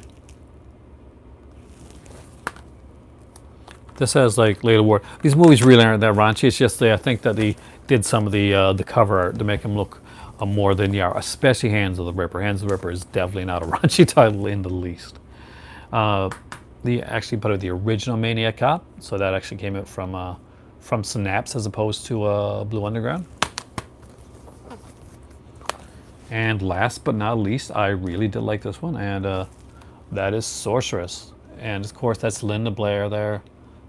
With, of course, when they wanted somebody to get naked, so we have like the awesome work of Julie Strain. This cover told you. They're Hammer films. Just know that they're not going to be as like raunchy as you look at there. And Julie Strain, like I've seen some stuff on Facebook. Hey Jace, what's up, dude? About like the Julie Strain right now. She's going through some from stuff. What version of The Thing do I like better? I'm assuming you're asking me about the 3 versions of the film. The prequel, the original, and the John Carpenter version of The Thing. And I do love the original Howard Hawks version of The Thing. I think it's a fantastic little like sci-fi film, and without that there would be the other ones wouldn't have came to pass. But I do think that John Carpenter's version of The Thing is the definitive edition of that film. So when people say things like, yeah, 4K, dude, welcome. Been a long time, man. When people say like, oh, not another remake. The Thing, man. Think of The Thing and The Fly. Those are 2 fantastic films. And The Blob, 1988 version of The Blob, remakes that just really, really upped it. And they upped it so much. So much. Love the original Thing, but the remake of The Thing is just John Carpenter. That's one of John Carpenter's best films. It's got an incredible like score by Ennio Morricone. It's just that ambiguous ending just got to me. It's got amazing like effects work with Rob Bottin. I've been watching like a lot of different stuff. I'm not sure if you asked me or if you asked somebody that was in here, Jace, but I'm going to answer anyway. I watched like some of the Kino stuff. I got like Night Strangler, Night Stalker. I watched these 4K edition of a 4K. I watched a 4K edition of Halloween. I was really impressed by it. Almost bedtime there in Wisconsin. Have I kept you up past your bedtime? Oh, Repossessed, man. I forgot about that film. That is cheesy as hell. Are your favorite Carpenter? Assault on Precinct 13? We just finished watching Halloween on 4K. What did you think? See, that's what I think. I think that it had the most cinematic look that I've ever seen this film had. And did you notice like some of the extra details that come out? I think one of the biggest ones for me is I'm watching it, and there's that scene when Annie's talking on the phone, and she's walking back and forth like in front of the glass like door. And it always scared me as a kid. I always got like kind of the Christine is supposed to look even better. It's supposed to look even better than that. Halloween looks good, but Christine is supposed to be like kind of like really, really good. And I got Christine. I just haven't watched it yet. So she's walking past the window, and Michael Myers is there, right? And then she walks past the window again, and Michael Myers is gone. But when I'm watching it this time, because of the 4K, because I'm actually seeing it, she's walking past the window, and you see the shadow of Michael Myers' shoulder, like, kind of going away, like in that scene. And that was kind of like a wow type of like that I hadn't really noticed before. So maybe you did notice it before, but I didn't. So it was really cool to see that, like, and see like the different stuff there. Halloween's your favorite? Escape from New York. I really do like Escape from New York. Great. Yeah, it is. It is. It's like some people, and I think you're gonna know who the people are and what forum that they're on, kind of dissed it a bit, and I strongly disagree with their thoughts on Halloween. It is an amazing, and you know, from Lionsgate, I'll be honest with you, I wasn't expecting a lot, but I think they did a great job. I'm actually really looking forward to watching Christine as well. That one actually. Did you see Christine? Did you watch the 4K one? Jace, because I bought the 4K. I actually bought the 4K of Christine before I bought the Halloween one, but I knew I wanted to get the Halloween one as well. I think They Live is overrated. I don't think They Live is overrated because I don't think They Live was ever like highly rated in the first place. I think like behind a lot of fans, we wanted to see this one for a long time, but it's a really good film, and it's the ending is, you know. Here we're gonna watch Christine 4K. I'm actually watching that the weekend as well. My better half actually I thought she was gonna watch like a Christine with me, because that'll be, it's a pretty light one, right? It's not like overly dark, but the bullies and the meanness of the film actually it got to her. So she can't watch movies like with a lot of dark, like she just, you know, it bothers her. She's actually very sensitive to those films. So Christine is one of those ones that she actually can't watch. Oh no, the Blu-ray quality is amazing too. I mean, I've got the Sony Blu-ray that came out. I danced a jig when Twilight Time lost the rights to that. Oh, Friday tonight, for real. Yeah, you guys are getting more 4K releases for Carpenter than we got. The Fog. Actually, The Fog is one that's the one that I would say is underrated. The one I think the most underrated Carpenter one, I did mention on here a few videos back, is actually Prince of Darkness. I think Prince of Darkness is highly underrated as a Carpenter film, because I think that he did a lot of good stuff for that a lot of people don't recognize. So I just want to put these back because I can actually have a bit more space, and I will be right back. So you guys keep talking. I think he's most overrated. I think Fog is not overrated at all. That's one of the lesser ones. If anything got overrated later in years, I would go with Ghosts of Mars.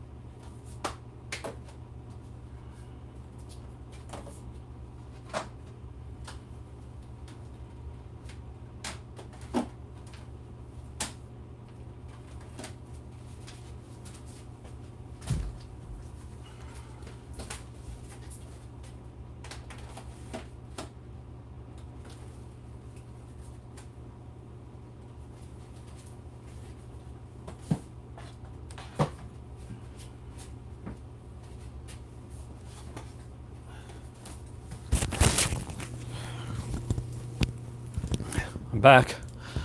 So somebody asked me about my Herzog Kinski stuff. So this is the set that I got. Had the Blu-ray oversaturated. They did, didn't they? Thank you. You got the set? This is the one that I got. I'm guessing you got this one as well. It was one of the first things I bought at HMV when I moved to St. John's.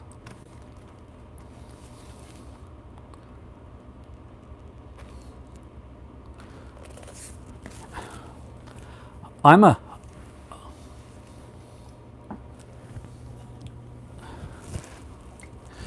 huge fan, and I gotta say, watching the 4K of Halloween, it legitimately scared me again.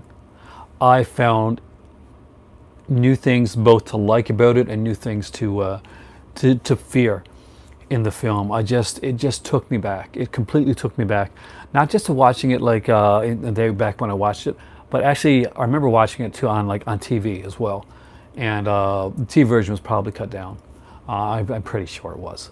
Not that there was a lot that you could really cut out of Halloween, but even back then I'm sure they would have cut some stuff, like probably the nude sequence, stuff like that, because there was TV like scenes added to the film. But I remember the voice on TV talking about like Halloween as it was coming up.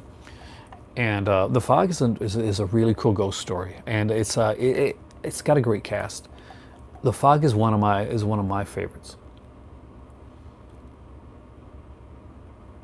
The first time watching the original Texas Chainsaw Massacre, congratulations, dude.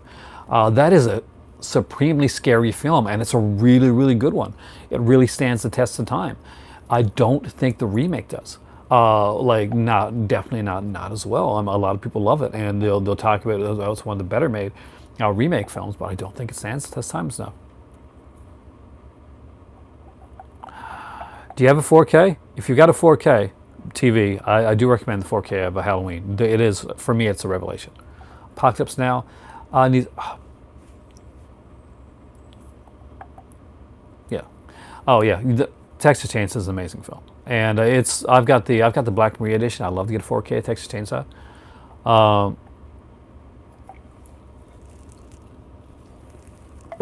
It's an incredible film, and it's for a horror film, like much like Halloween. I think of Halloween and Texas Chainsaw too. Like for me, legitimately, I think are like near perfect horror films. It's just everything clicks, everything goes right. Smash the colors and all the scenes with Brando. When I saw Apocalypse Now for the first time, I really didn't like it. I really didn't, and I think it's one that I've got to see again. Oh, if you ever go to Nova Scotia, dude, and you don't come in, I'll be severely disappointed. So I will expect it. By the way, yes, all you guys here. If you ever drop by my area, take a tour in the movie library. Come on camera with me. The horror franchise that leaves me cold. That's a really good question, actually. What war films do I like? Actually, I'll get to that in a second there, actually, because the franchise question kind of intrigues me too. So what war films do I like? I got a few war films that I actually do like. As far as horror franchise, I can't think of one that leaves me really cold right now. There's ones I can leave, it's like take or leave, but I like the Wrong Turn franchise, and some of those are horrible, but I actually watch those. So it's pretty hard to think of a franchise that I really don't get into. As for the war films, that's the bigger one too. But no, war films. I've got a few here. I mean, there's like some the regular ones that you'd probably I don't think like Born on the 4th of July is kind of a war film. I enjoyed that. There's one with John Voight that I really liked. I'm blanking, actually. Let me just look over here on some of the war films that I got here that I did enjoy. There's a set that I got that I'm trying to see if I can find right now.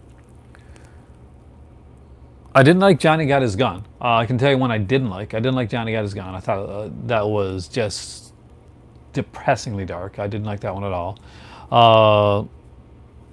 I love the one with Platoon Hunter, Platoon Hunter. Yes, there's probably a movie called Platoon Hunter, but no, Platoon, Deer Hunter. I love both of those.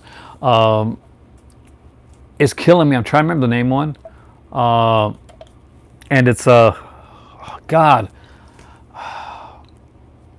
it's killing me. And it's Arlie Ermy is in it, and. Guys, you got to know this movie. It's a big movie, and I'm like blocking on it right now. Bridge on Rim again. I know Bridge. Full Metal Jacket. Thank you. Full Metal Jacket is one of my favorites. I really do like Full Metal Jacket, and I've watched it a few times. I like Bridge on the River Kwai. Apocalypse Now is one I got to really rewatch. Thin Red Line is amazing. Thin Red Line is definitely one of the tops right there. And I do like Das Boot as well. You know, I guess you can consider that a war one. And Stalag 17. That's, obviously that's kind of a war one. That I really enjoyed Stalag 17 as well. I thought it was a great film. So those are some of them right there. I should really like look into the war movies I got and like just do like a video on that. And I do like a lot of those kind of like what you call the early kind of like the forged propaganda films as well. Oh, well, how was he? Was Matthew Modine nice? Because I see him as being a nice guy, so I really hope he was, because he just seems like kind of genuine. But Stalag 17 is one that always stood out.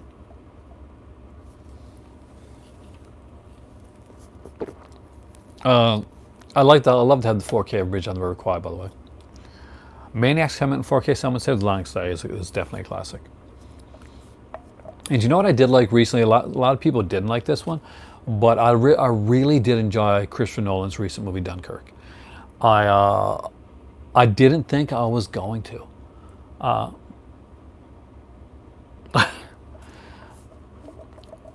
Maybe he just really didn't like the person, and he just got as much niceness as he could out of him, and he was like, that person before he was a real jerk.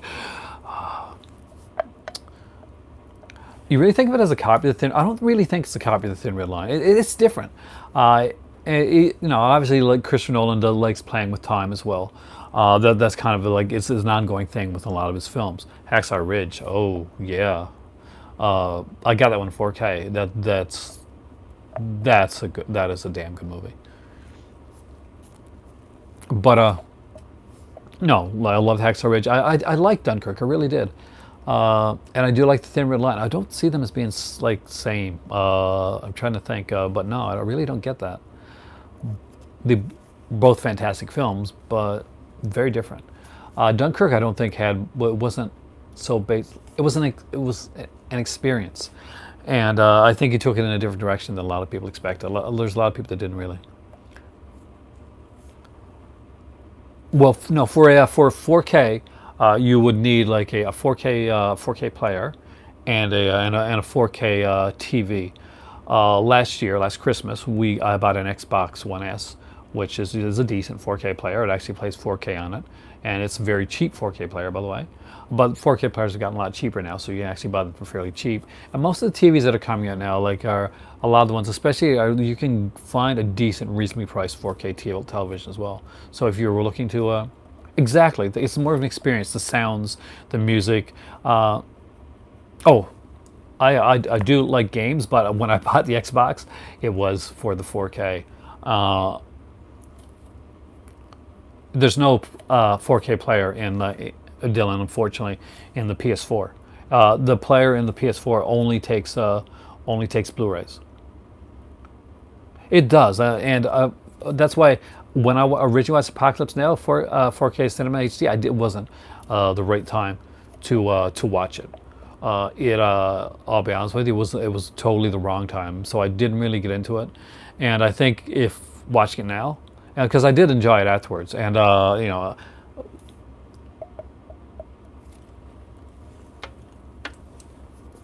Plasma's good. The blacks on Plasma are like some of the best blacks out there. Just like the inkiness in that, but I'm definitely a convert. I do like 4K, and I went in like kicking and screaming, thinking, okay, yeah, prove it to me, type of thing. Which is really not the best way to go in, to think, yeah, I'm not sure, and like because we plunked down some money for that stuff, but do you remember 8K? There is 8K TVs coming out, Jace, but like I mentioned this on air earlier. Hey, Culture Trini, welcome, dude. I think that 8K is not going to be a thing where we're going to see, we're not going to see 8K films. Godfather Than on the Waterfront. I like The Wild One a lot too. That's one of my favorite Brando films, and not many people are gonna like say this, but or would say this, but One Eye Jacks. I really do like One Eye Jacks. I think it's highly underrated in Brando's filmography. Actually, I liked it a lot. But that's just me. I'm weird that way. But I really did like that one. But yeah, no, I don't think we're going to get 8K discs anytime. I don't think we're going to get 8K discs at all. I think 4K, and that's just it's just starting to get there. is what we're going to get. I think 8K TVs are going to be shown for basically for streaming.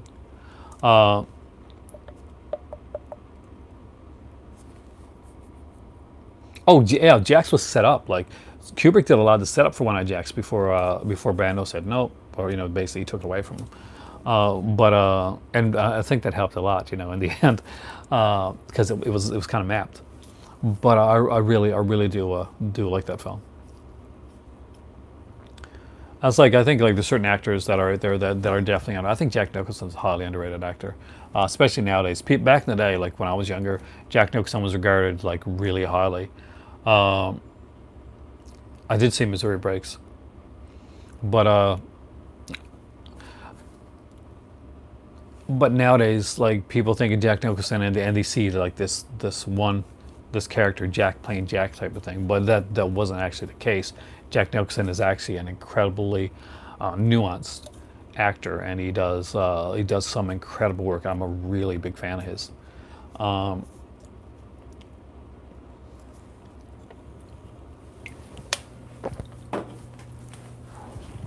that's the most bubbly I've drank in a while, guys.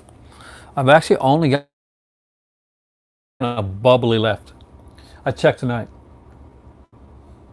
Oh yeah, the '70s was definitely Jack's best work. Uh, for me, Five Easy Pieces is hands down my favorite Jack Nicholson film. Gene Hackman's definitely underrated, man. I love Gene Hackman. The Conversation's a great film. There's a lot of fantastic like Gene Hackman movies. His role of Papa Doll in The French Connection. Just you can just go on and on, but the stuff that Gene Hackman does. Uh, but uh, but yeah, no. Five Easy Pieces. One Flew Over the Cuckoo's One Flew Over the Cuckoo's Nest is a fantastic movie, but it's so draining for me. And like that's why I love the movie, but oh man. But Five Easy Pieces, it's just it's it's amazing, and everybody remembers the toast sequence, the diner scene from Five Easy Pieces. It is classic cinema, and you know, definitely like quoted, just so well done. And Last Detail is fantastic. Carnal Knowledge, Last Detail, incredible films. Both of those films are amazing. Uh, are, are we the one of those 4K? And a table tennis scene, yeah. And of course, that's like, and the girl like in the film, that's Tony Basil, who would go on to like do the song Mickey. Other songs, but Mickey would definitely be her most famous song. And but she was an actress too. Postman Always Rings Twice. Like I love the John Garfield like version of Postman Always Rings Twice, but I really love the Jack Nicholson one as well. Last Detail is really good. The '70s is a really great time for like just for this kind of like avant-garde, kind of like really different, like really character-driven cinema. Yes, I would actually. 4K cinema. Cruising is definitely an underrated. Chinatown's fantastic. Uh, Chinatown is just one of the great movies of all time. Cruising is an underrated slasher film, and you're the first person that I've ever seen that's actually like legitimately called it out like that. And damn, that's impressive. And it's something that I would like to see get a really good edition. Cruising made some people uncomfortable in the time, and we know why. The Shining, of course. Kubrick lover. I knew you had to like Shining, but yeah, Cruising without Pacino. Uh, Fantastic little film. I really liked it. It's one that I think deserves an extra. I'd like to see like Shout Selects, for instance, or Criterion do Cruising, because I do think it's a movie that deserves it. Uh, and there's a basis of truth of like what was going on. There was stuff that was going on at the time. There were murders. Uh, so yeah, I loved Cruising. '70s, like I can talk a lot about about '70s cinema. Obviously, I'm an '80s kid too. I'm like I kind of I find myself in the best Stacy Keach. Kind of like the best of like some of the both worlds when it comes to like I I was like young enough in the 70s, but old enough to like kind of remember them and enjoy 70s cinema, 70s music. And then I got to be a teenager during the 80s. And when horror and slasher films and the John Hughes and like the neo noirs came out, and it just was an amazing time to watch films. When I got to see movies like To Live and Die in L.A. in the theater, and just Against All Odds, just amazing, amazing cinema in theater. So I think I grew up in a time when it really became that. I'm not. See, I've never done voodoo at all. I'm not sure. I'm not sure if it's Canadian too. I never really got into like that. I sub. You know me, 4K. I'm a huge physical media guy. I watch streaming stuff like that I got, but I actually sometimes feel guilty when I watch some streaming stuff and I end up going and grabbing the film because I want to have it in my collection. I don't want there to be a time that when a certain movie that I like is no longer available, or I can't get it, or I can't watch it because the internet's not going. Did you not like? I loved To Live and Die in L.A. Cubic Lover is actually one of my favorite. Oh yes, Riverdale. There's actually kind of a neat story with that. Stranger Things. I love Stranger Things, and I'm actually a big Riverdale fan too. I watched the first episode of the third season. They're going in a very, very different direction with it this year. It looks like we're going into like the supernatural aspect of the thing. But if you've watched Riverdale and you've seen the character of Jughead on that series, that's my high school life. It was pointed out by some friends of mine actually, who pretty much just said, watch Riverdale. There's a character just like you, and yeah, we know you, and that was Jughead. You think The Sorcerer's Friedkin's best? Like, I know, like, it's a remake of Wages of Fear, and it is a fantastic film. It's kind of comical that what the movie? There's a movie with Roy Schreider. So Roy Schreider's the star of Sorcerer, but he was making a movie. And Roy Schreider was like, it might have been one of the Jaws films, Jaws 2 probably, and he really was like, Wages of Fear. I like Wages of Fear. Actually, I really do. I thought that was a really tense film. But so Roy Schreider's like making Jaws 2 or something. That's like he didn't want to be there. He's like, oh, I got Sorcerer coming out. Going to be my big movie. It's my breakthrough thing. It's going to be fantastic. This is the movie. He talked about it all the time. Whatever the movie was he's making, and it was pretty insufferable. So they were kind of happy when it didn't do well. Star Wars. They were the people that acted around Roy Schreider at the time that this was coming out, and that other movie were probably pretty happy for Star Wars at the time, because they wanted to see Schreider at the time knock down a peg, and I think he's a fantastic actor. By the way, I do like a lot of his stuff. One of my favorite films of his is 52 Pickup. I think it's highly underrated. I'm a big fan of like noir films, and I do think that the neo-noir genre is something that gets overlooked sometimes. And 52 Pickup is it's just really good, and it has great bad guys. We got like a duel talking about like the best Clouseau film here. Yes, Sorcerer has definitely developed a much deserved. Somebody asked me something about Canada, and I think the word Starbucks was there. I don't have Conan Tate, but I really do want that one. I actually looked at it when I was looking at the Arrow sales today, Jace. But somebody asked me something. If somebody mentioned Starbucks, so please re-mention that. I want to see that. It faded from my screen before I got to see that. I think it might have been Action Jackman. Was it Action Jackman? I'm not sure, but there was a message that was just there, and it had the word canned in it. Let me see that message. I want to see the message. DOA. The first one, the original, or the remake? I like them both. 52 Pickup. I gotta get the Arrow edition of that. I got the Kino one. There's no features on it. Great transfer though. But I want just for that like small feature, like just pointing at all the adult stars like throughout that film that actually have like legitimate roles in 52 Pickup, because there's a few of them actually. So you know that because you got the Arrow edition and it's got the feature on there. I don't. but I got to get that. That's on my list of ones that I need to pick up. But there's so many movies that I got to get, like Conan Tate, that I don't have at all, that I got to get into before I like deal with some stuff.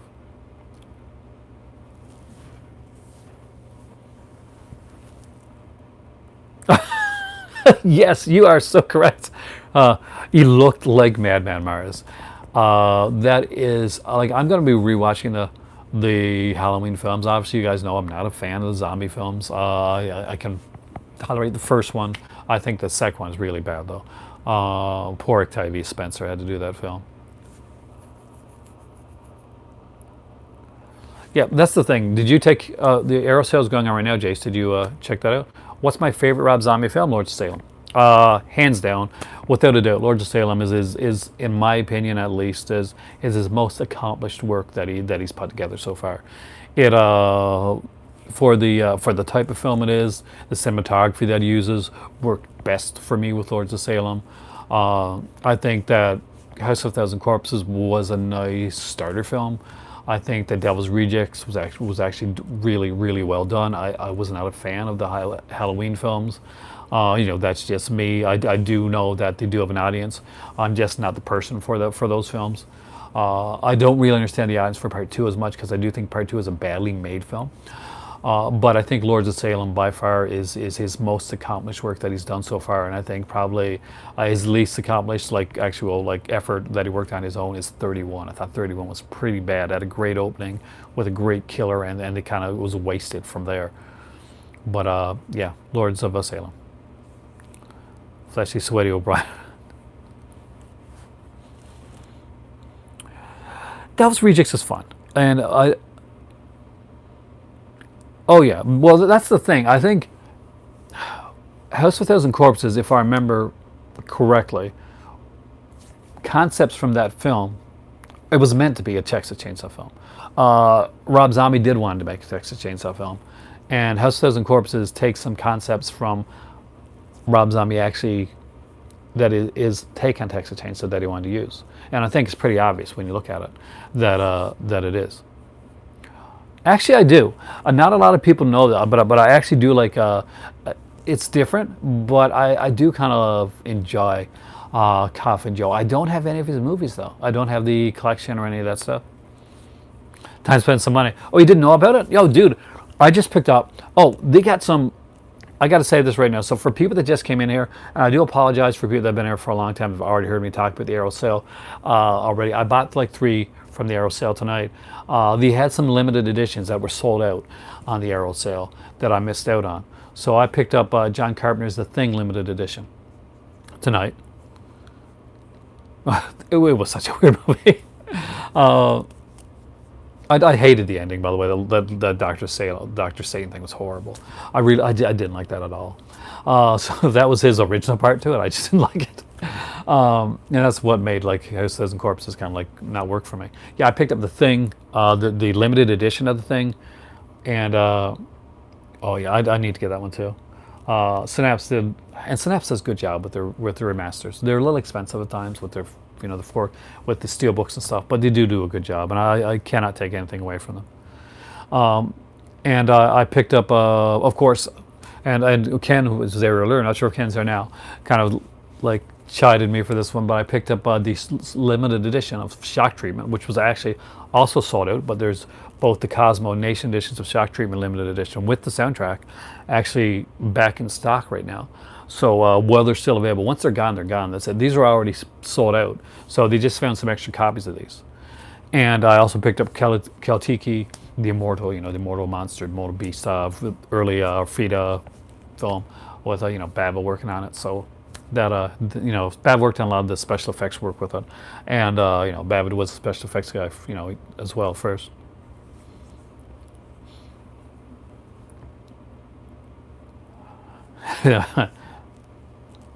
Don't clowns, aren't clowns funny? Don't we make you laugh? I met Sid Haig, actually. He's a really nice guy. He's Sid Haig. He really is. When you see Sid Haig in movies, and you go and you meet Sid Haig, he's or at least he keeps that persona. He keeps the Sid Haig persona when he's in conventions and stuff. It's actually really cool. And No, but I don't think there's anybody that gets as much joy out of like going and having the signed body parts as Ag does. That is definitely not like a knock on the guy. That would be me too. Oh, you're talking about November. You're talking about the Criterion sale?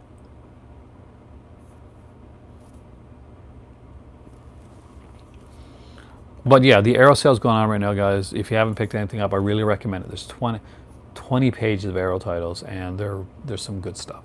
There's some really good stuff. Are you serious? Oh, my better half's going to kill me. She said not to mention another sale at all for till next month. But we both get sucked in by the Kino sales. We're huge Kino fans. We have nights where neither one of us will know what we want to watch, but we want to watch a movie together, and him will say, "Yeah, I told you, man." Do you see a couple of ones that are sold out there, Jace? Like they brought back the House collection, and they brought back Bird of Crystal Plumage. Not compared to me, but she does by a few. Half of our Kino collection is actually ones that she's picked out. She's a huge Kino fan. She likes animation. She likes a lot of the classic films. Oh, a lot of the newer stuff, like when we buy 4Ks, like when we buy a lot of our 4K stuff, our newer 4K stuff, she picks that out. Thoughts on new Pet Sematary? I thought it was magnificent. I'm looking forward to 2019 to see Pet Sematary trailer. It looks to be really good. And John Lithgow's like, I don't think anybody's can beat Fred Gwynn, but John Lithgow is definitely going to be on there as well. Steelbook's nice, but dude, just look at that limited edition with those nice art cards and the book and that hard case, that sexy hard case, that sexy hard case. No, I love that artwork. I just really love that artwork that they chose. It just epitomizes the thing for me. I completely, there's one of the artworks that I fell in love with like immediately upon seeing it was Arrow's artwork for the Thing. I'm like, I'm going to buy the Thing. I can't wait to get that one. I'll wait on it. You know, it's one I can wait on. And then when it was announced and that was coming out, and then it was sold, it was gone, it was sold out, it was out of print. So to find out that they just found more copies of the Thing was damn. So I am making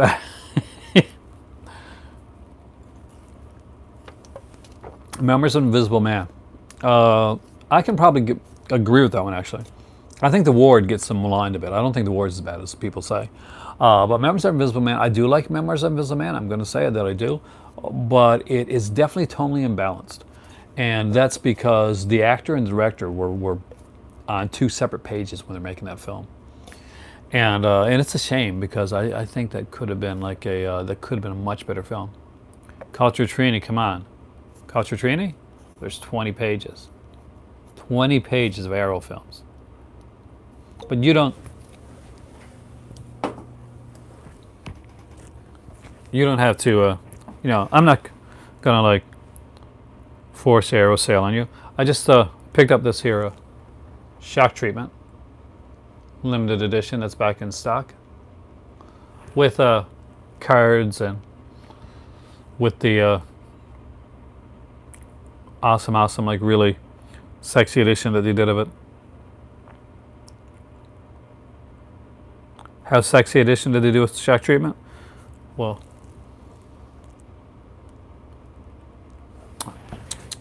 this phone is horrible for seeing this stuff.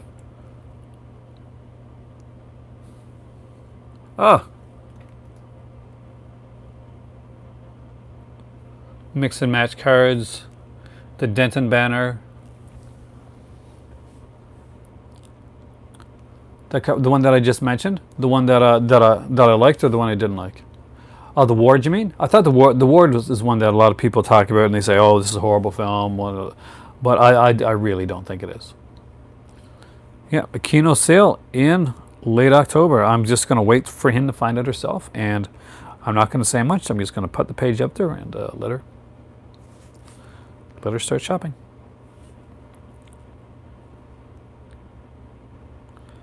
So, some stuff on sale for Arrow. Arrow's Halloween sale.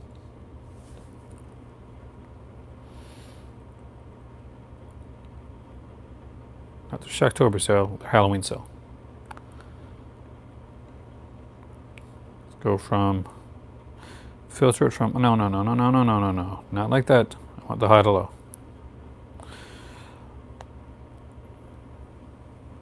I'm trying to show you. I'm trying to tempt Culture Trini into checking with the arrow sale here, and sort by.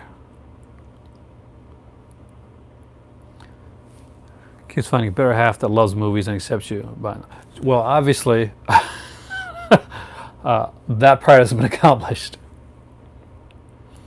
But they brought back things like the House collection, which sold out immediately. Of course, there's American Horror collection, Death Walks Twice, the Killer Dames, Black Cat collection. That's back, and I'm pretty sure that was at a print, wasn't it? Of course, Scorpion was already there. The very sexy Phantasm set. What sold out really quickly that they brought back was Videodrome. That like went fast. Their Toad's King. Bird of Crystal Plumage sold out really fast. The Outlaw Gangster VIP set, I got that one. That's not bad. But yeah, when I saw this, that this was back, this one here, look how sexy that is. See that? Look at that. Look how sexy that is. Look at the sexiness. And it's a hard box, guys. It's a hard box.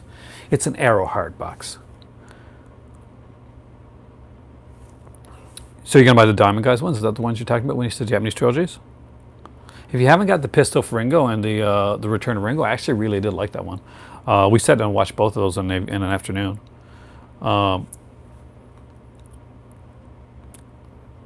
But yeah, if there's limited editions, that one you do have, did you like those? I like the Ringo one. I like the first one. I like them both. I think I might like the first one a bit better though. Oh, the Thing. Oh, Pistol of Ringo. Pistol of Ringo. I really like Pistol of Ringo. I like both the Ringo ones. The Thing one, like that hard box of thing. Yeah, I think a lot of people picked that one up, and I was one of the guys that missed out on it, so I had to. Unfortunately, the House Collection and Videodrome are two that are sold out right now, Film Schlock. Dark Blue is a good one.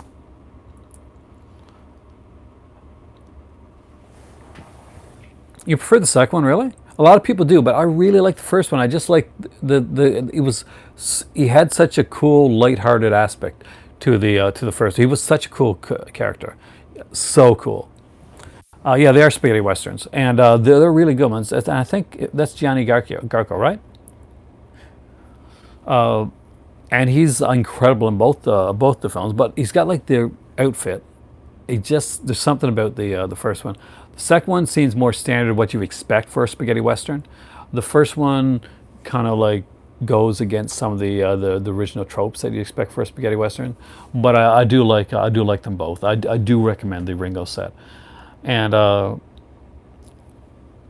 if you don't have it, I mean, like there's a lot of like Arrow video titles that I could definitely recommend for you if there's ones that you're looking at. And if there's something that you're looking at there and you're looking at the sale right now and you're kind of wondering about a title, if I got it, feel free to like shout at the title. Have I seen The Great Silence? The Great Silence is incredible. I actually love The Great Silence. I'm a huge spaghetti western fan, and I'm not gonna lie, I'm a spaghetti western fan over. Yeah, sold out. House sold out immediately, Film Schlock. House and Videodrome sold out incredibly fast. Dave Anger was saying, oh, Dave Anger's awesome.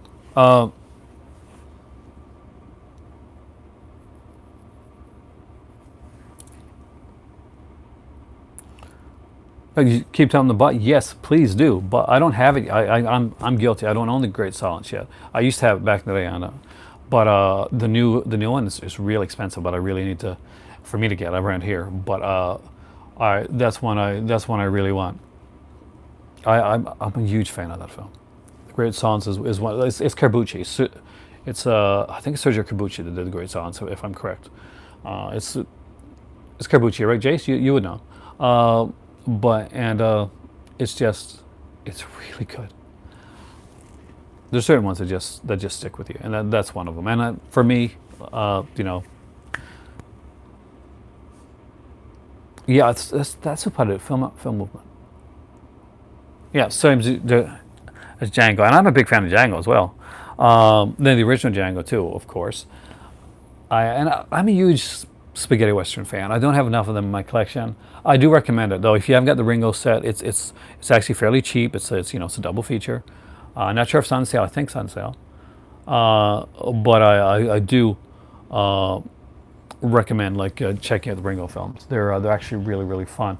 There's a set out that I would love to have. I don't have it, and that's their oh God, Jason know this one. It's set in 4K note too.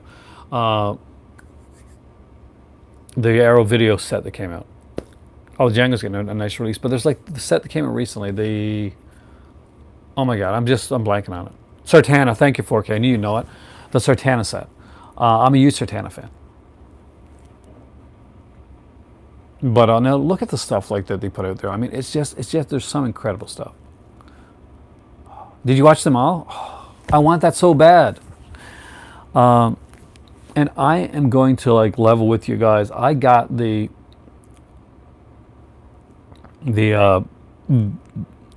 Criterion set, the Ingmar Bergman set, pre-ordered, and I don't think I'm going to stick with it. There's just too much stuff out there that I really want, that I want to see more than Bergman. And Bergman is a great director, but they do. Oh yeah, that's one I do want to grab. That's the thing.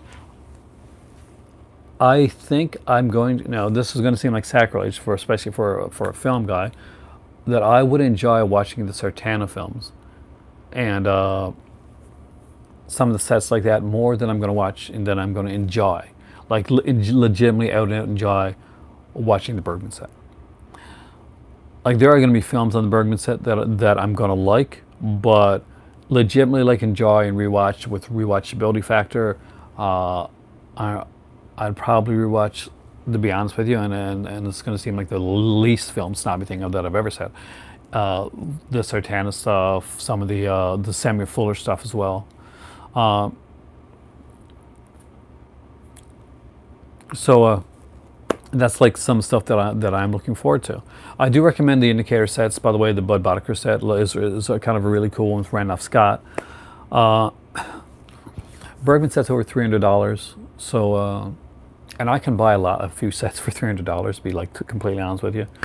So yeah, I got it pre-ordered, but I think I'm thinking I'm going to cancel it, and if it comes on, I'll watch out, and who knows, maybe in the future on a Criterion sale I'll grab it up then.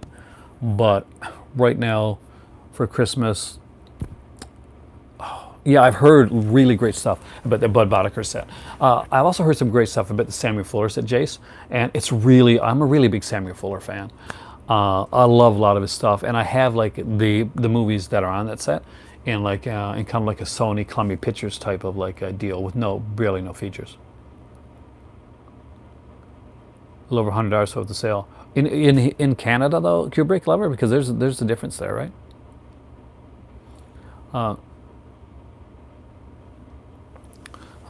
But no, definitely check out the Fuller set, because I'm like, okay, I've got the set and it's I've got the movies, but they've really upgraded the films, and so Jace, did you just say that you prefer Bergman over Sartana? That surprises me. If that's what you said, if I read that right, I'm actually surprised. But the Fuller set looks incredible, and the features on it. I had no idea that there was that many features on the Indicator set, and documentaries and like interviews. Just really good stuff. For the Bergman set here in Canada, Kubrick, it's you're looking at like oh, okay, sorry. I was never good with the greater to or less than sign. That's why my math probably didn't go so well. But yeah, if you're looking for like, oh my God, I totally forgot what I was going to say. No, it would be. It's more expensive. Is what I was going to say. It's it would be like over $300 here in Canada for what would be around 100 there. Rio Bravo's great. Do you know like an underrated film that I kind of like, and I think it's underrated anyway, and it's a Western film. It's not John Wayne or anything like that, but it's there's a movie called Five Card Stud, and it's got Dean Martin in it, and I like the theme song, but I really like that movie. I saw it at a time when it really like affected me, and I really got into it. I love the movie Five Card Stud. I think it's a really underrated kind of like gone under the radar Western. If you haven't seen it, I do recommend it. It's definitely it's a kind of a revenge type. You know, it's a standard Western, but it's just really well done. I think Mitchum's in it as well, Robert Mitchum. I'm a huge Robert Mitchum fan. One of my favorite like film noirs of all time, of course, is Out of the Past, which I think is severely underrated when it comes to the genre. Oh, really? Thank you, dude. We are like on the same. You got the. My dad has it. See, back in the day, there was like a really cool DVD of Five Card Stud, and it had like this kind of Western collection box set. And I watched it at my dad's, and he had it. And I think it was like I was there like a few nights later, and I watched it again. That was one of those rewatchable ones. I just really liked it, and I haven't been able to find it yet around here. But I don't think But I gotta get it. I really gotta get that one. Yeah, I'm gonna do a Western stream. Yeah, that actually would be a lot of fun. We got like a James Bond one to do, and we got a Western one to do. The theme tune, yeah. You know, Jace, I'm gonna have to look for it after I get off this video. Searchers, Taxi Drivers, but yeah, it is actually Near Dark. Ah, I love Near Dark. Catherine Bigelow, of course. That is just like Bill Pullman, right? Because I get Bill Pullman, Bill Paxton mixed up. It's Bill Pullman in Near Dark, right? And he does an incredible job. The scene in the bar is just amazing. He slaughters with abandon, and I just like his character. It's incredible. It's in a way, it's kind of what you're hoping to see, like in just the pure joy that he takes in what he does. It's kind of what you want to see a future Joker do.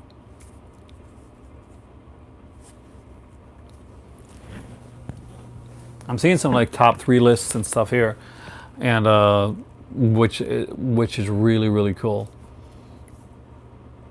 How did you like Serpent and the Rainbow? I enjoyed that one actually.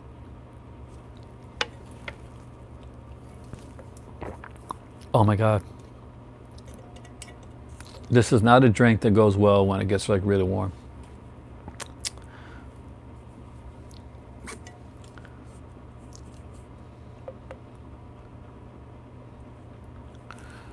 Are you talking about your favorite John Waynes?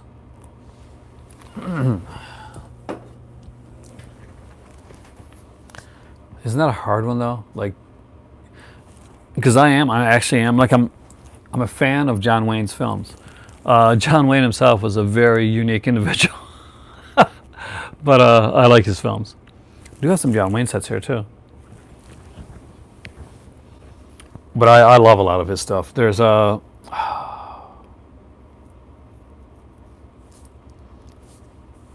I blanked on what I was going to say there, because I was looking for the John Wayne sets. So when I did, what was formulating in my mind to come out of my mouth actually just went out of there a bit. Where the hell are my John Wayne stuff at? Ah, there you are. No, there's a few. Like I think that The Quiet Man is actually an underrated John Wayne film. Guys, Man Shot Liberty Valance is fantastic. But I think The Quiet Man, it's not a Western, not a John Wayne Western, but it's actually very underrated.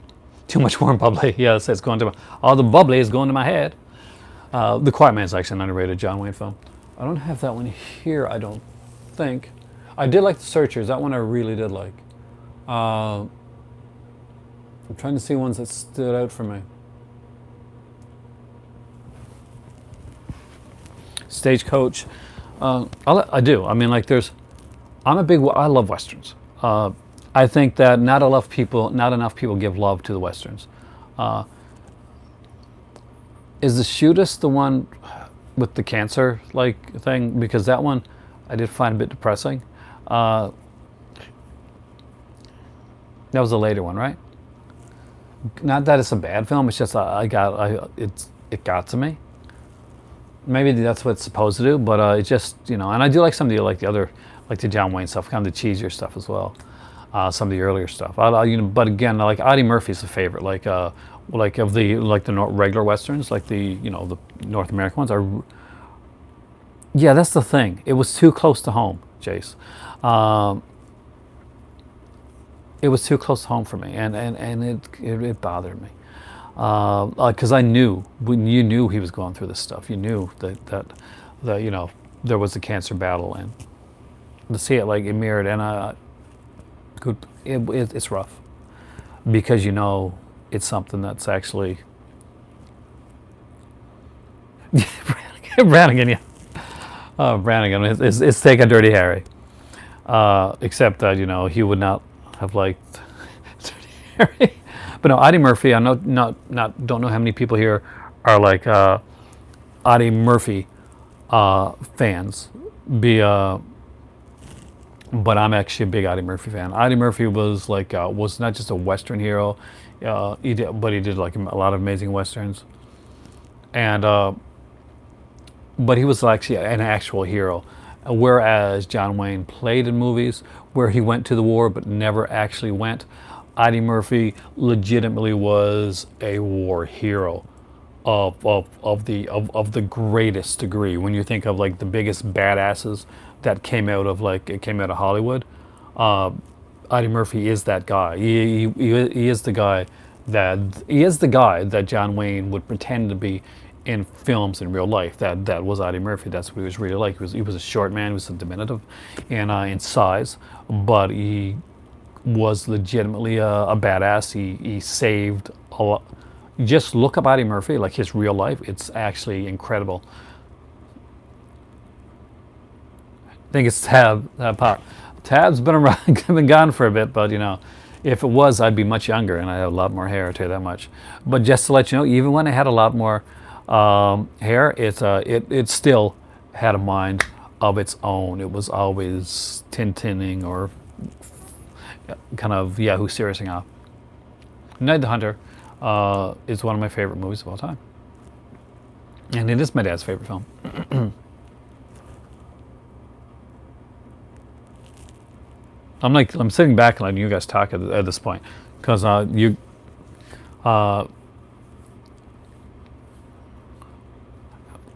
Lee Marvin was bad. Lee Marvin just looked it. But you look at Audie Murphy, just go look. If you've never seen Audie Murphy Murders, just look up Audie Murphy. Here's this baby face guy. And you would never think that he is who he is. But he really, really was. And he did like, there's a legitimacy to him.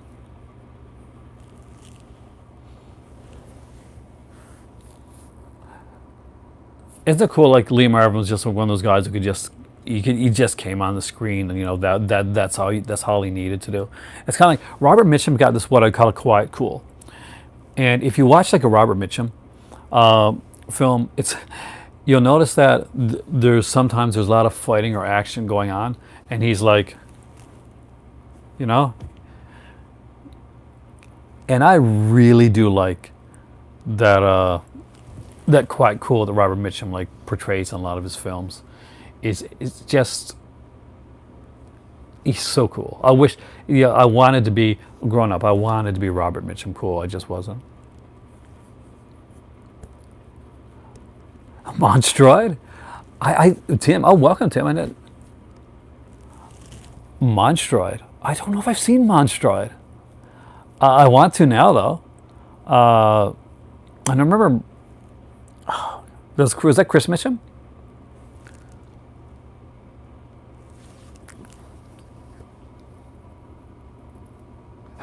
Smoking a cigar.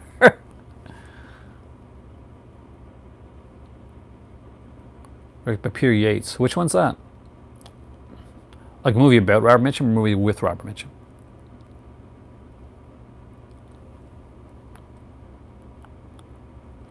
Oh, really? I probably got it here, dude. I probably just haven't watched it yet. Because, I've got a large collection of those. Jack Palance, another one of those guys that, kind of just really kind of cool, you know, grizzled like actor. It was just Jack Palance was so cool and so nuts, man. You'd see Jack Palance, and he really played up the kind of like the kind of quirky nuttiness of his like just look at movies like Alone in the Dark. A DVD? Oh, I don't have that. I got a few of the Elvar's movie Macabres, but I don't have that one. Bad Arses Hollywood Reeler on screen.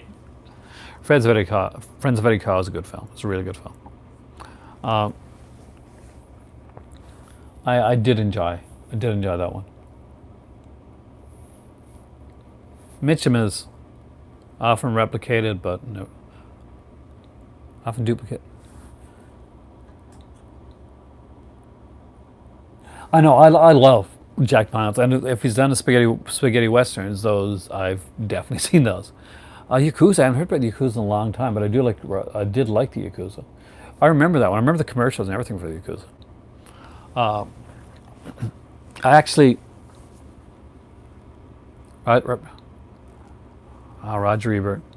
We disagreed on the slasher film genre, but Roger Ebert is probably one of those film critics that I respect the most because he was actually a really good writer.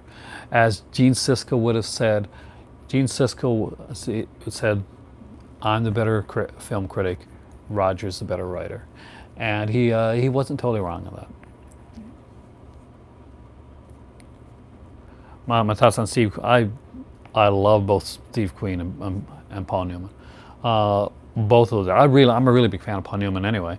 But movies like The Sting, I love The Bullet, of course, with Stephen Queen. Papillon just came to my head. I'm not sure why, but I really like that movie. But you don't see that anymore, do you? Who would you guys consider a badass right now? Oh, by the way, if you don't have the Sam Peckinpah film, Bring Me the Head of Alfredo Garcia, the limited edition that Arrow put out, get the limited edition of Bring Me the Head of Alfredo Garcia that Arrow put out. They have an incredible, amazing Sam Peckinpah documentary on that set. So if you don't have it, I'm going to say that put this out there right now. Ryan Gosling, that's a good choice actually. He's one of the few actually, and you wouldn't think that he would, but I think obviously it's because he's Canadian.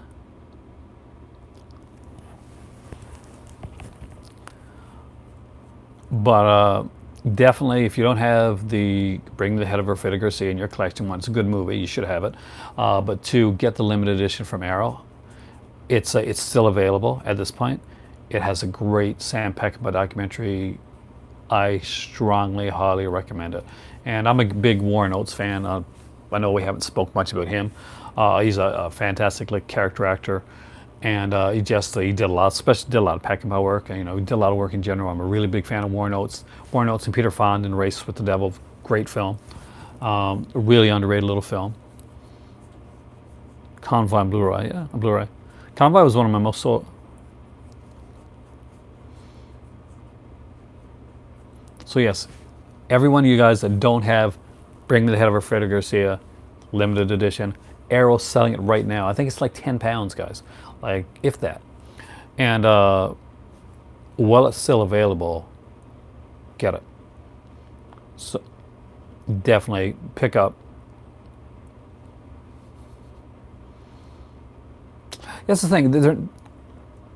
Is Night Kill any good? Night Kill, it's one of the ones that I want to buy. I don't remember it very well, but it's high on my list of ones that I want to get from Kino, to be totally honest with you.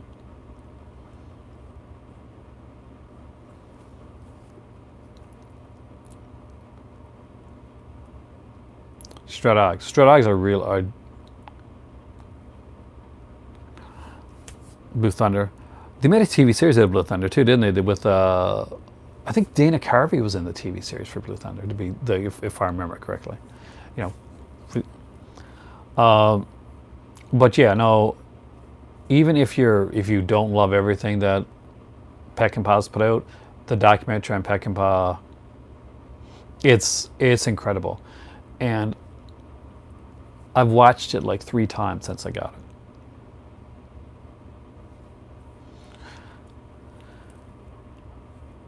Was it Malcolm McDowell's in Blue Thunder? Was it? I think it was actually. Yeah, take care. So, uh, but yeah, so I don't know if nobody's mentioned what I just said there yet, but if you don't have it, have it. Bring me the head of Alfredo Garcia. So if Culture Trini is still there, and you haven't looked at the Arrow stuff yet, that's one to get. That's definitely one to get. That is one of my highest recommendations. And Gosling is one of the only guys that can actually pull it off. A lot of the actors now really, really can't do it. They just don't have that cool aspect to them. I think that actors that are getting there, like I think Gosling's definitely there. I think that DiCaprio actually does have a bit of that. And I never thought I'd say that, but I really think that he's begun to get that, and he's got that. But Gosling is definitely the king of the cool when it comes to that type of stuff. Just look at movies like Driver, some even like stuff he did like. And a lot of people didn't like this movie, but like La La Land, which I really did enjoy, by the way. And I'm a fan of musicals, I'm a fan of jazz, so I kind of went in there. And yeah, and obviously it's because us Canadians are known for our super coolness. That's it. It's our quiet cool. Gosling understands. He understands something that a lot of people don't. All right, culture training awesomeness. That don't understand is that the scariest people that you meet in real life aren't the blowhards or the loud people. No, never, not at all. But it's the guys that talk low, that they're mad when they get quiet. Nice Guys is really underrated. I really like that Shane Black film. The quiet guys are the ones to worry about. The quiet guys are the ones that can seriously mess you up. In real life, like not in films, but in real life. That's the way I say it. Hardy. Oh, Tom Hardy's amazing. Did anybody see Upgrade? Because right now, Upgrade. It's a new movie, came out this year. And if you have not seen Upgrade, see Upgrade. It's actually really, really good. Scary Scots are Canadians. I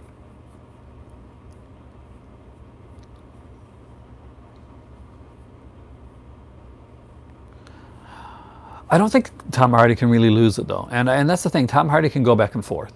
You can make a mainstream movie, you can make an indie movie, you can make a Venom, you can make a Bronson. Did you notice that the guy in Upgrade? I legitimately thought about it because yes, exactly. He looks like Tom Hardy. He's like, wow, this is any time that Tom Hardy turns down a movie role, this is the guy you go to. He really has the Tom Hardy look and like just the feel like a Tom Hardy, and it does seem like a badass type of guy. You like him in the indie films. I do too. But it's good to see him like get a good Hollywood film. I've heard mixed reviews on Venom, for instance, but I think Venom is going to be exactly what I wanted to be. It's going to be fun, and it's going to be fun with Tom Hardy doing just like some crazy stuff. Oh, Rush, good band by the way. But are the scariest guys I've ever met from Canada? Yes, I've been all over, and there are definitely people that there's scary guys in every country, but yeah. That's Legend, the one with the Cray brothers. Geddy Lee, there's a scary Canadian for you. Mesh. He'll mess you up. Uh, no, no. I know a lot of people over there think that there's snow here all the time. I'm just joking. But no, we actually don't have any right now. It's starting to get a little chilly. Last year, we really didn't get any till kind of like December, late December type of thing. And it didn't really get any kind of serious snow until January. I do think we're going to get a little bit earlier this year, though. Legend, double the Tom Hardy. You like Tom Hardy? You like him twice as much in Legend. Sorry, guys. But at 150 minutes, running at one of my longest streams of all time, you guys are awesome. I could never do something like this without all of you guys in here. Just keeping this going. But yeah, at 3 o'clock, Tom Hardy. I don't know if I've seen Locke. I still think, although he's almost unrecognizable, Bronson is actually one of my favorites with Tom Hardy. And if you haven't seen it, it's like an earlier Tom Hardy film, but Bronson's really, really good. It's actually a really good film. Locke. Have I seen Locke? Caine is old. Oh, are we talking about Michael Caine? Oh my God, it's the worst Michael Caine impression ever. But here's the thing. British actors, a lot of them are just damn cool anyway. British actors, some of the Australian actors. Yeah, exactly. The same guy that directed Drive. And Drive was, so you got Tom Hardy being super cool and scary in Bronson, and you got like Gosling being like super cool, kind of scary in Drive. I think I've seen Locke actually. Who's in Locke aside from Tom Hardy? Oh wait, yes I did. That's Olivia Colman.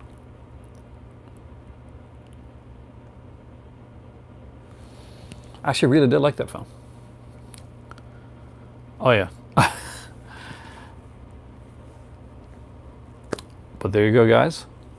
At 152 minutes, thank you for joining me here. I've had a blast here in the movie library tonight. I have to get up early tomorrow because if I could pick one dream job, what would you pick? Manager of a drive-in theater or manager of a Blu-ray, DVD, VHS store? I would actually want to be, I love drive-ins, and I would love to be manager of a theater. Like I would love to have a retro theater. I almost did buy a theater like a few years back. There was a theater in my hometown that actually went out of business, and I thought of like buying it at the time. Breakfast or tea, a little bit of tea actually, and I was going to like turn it into a retro theater and like show like just old like older movies there, and have like kind of like weekends, like having like $10 weekends for like marathons and stuff like that. Unfortunately, it didn't come past. Something missed out on that, but we definitely do, Jace. I do apologize. It's just work's been super crazy, but I would love to do that. Yeah, I did try to buy a theater at one point. I actually almost started up my own like movie company at one point as well, like distribution company, a Scream Factory, that type of thing. But things ended up getting in the way over those times. I want to go fund.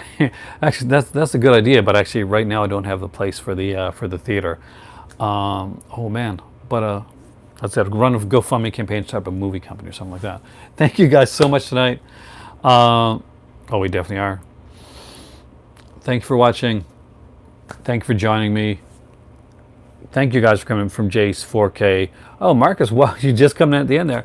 Murdersville, everybody, thank you so much. If you have coming at the end of the stream, please go back. This is definitely, I think, has been for all of us here, Film Shock, one of my most fun streams that I've done in a long, long time. And you guys are amazing. Thank you so much. I am Aaron. This is the movie library. You've been joining me here. You are the movie club, and you guys are awesome. And I say that every night, but I can't think. When's the next one? I'm hoping to do one. Depends. I got to find out when I'm working on Sunday. But if it's not Sunday, then it'll be early next week for sure. Thank you guys for watching. Thank you guys for joining me, and I'll see you again here next time. in the movie library. It is time for tea, and stay awesome. Have a great weekend.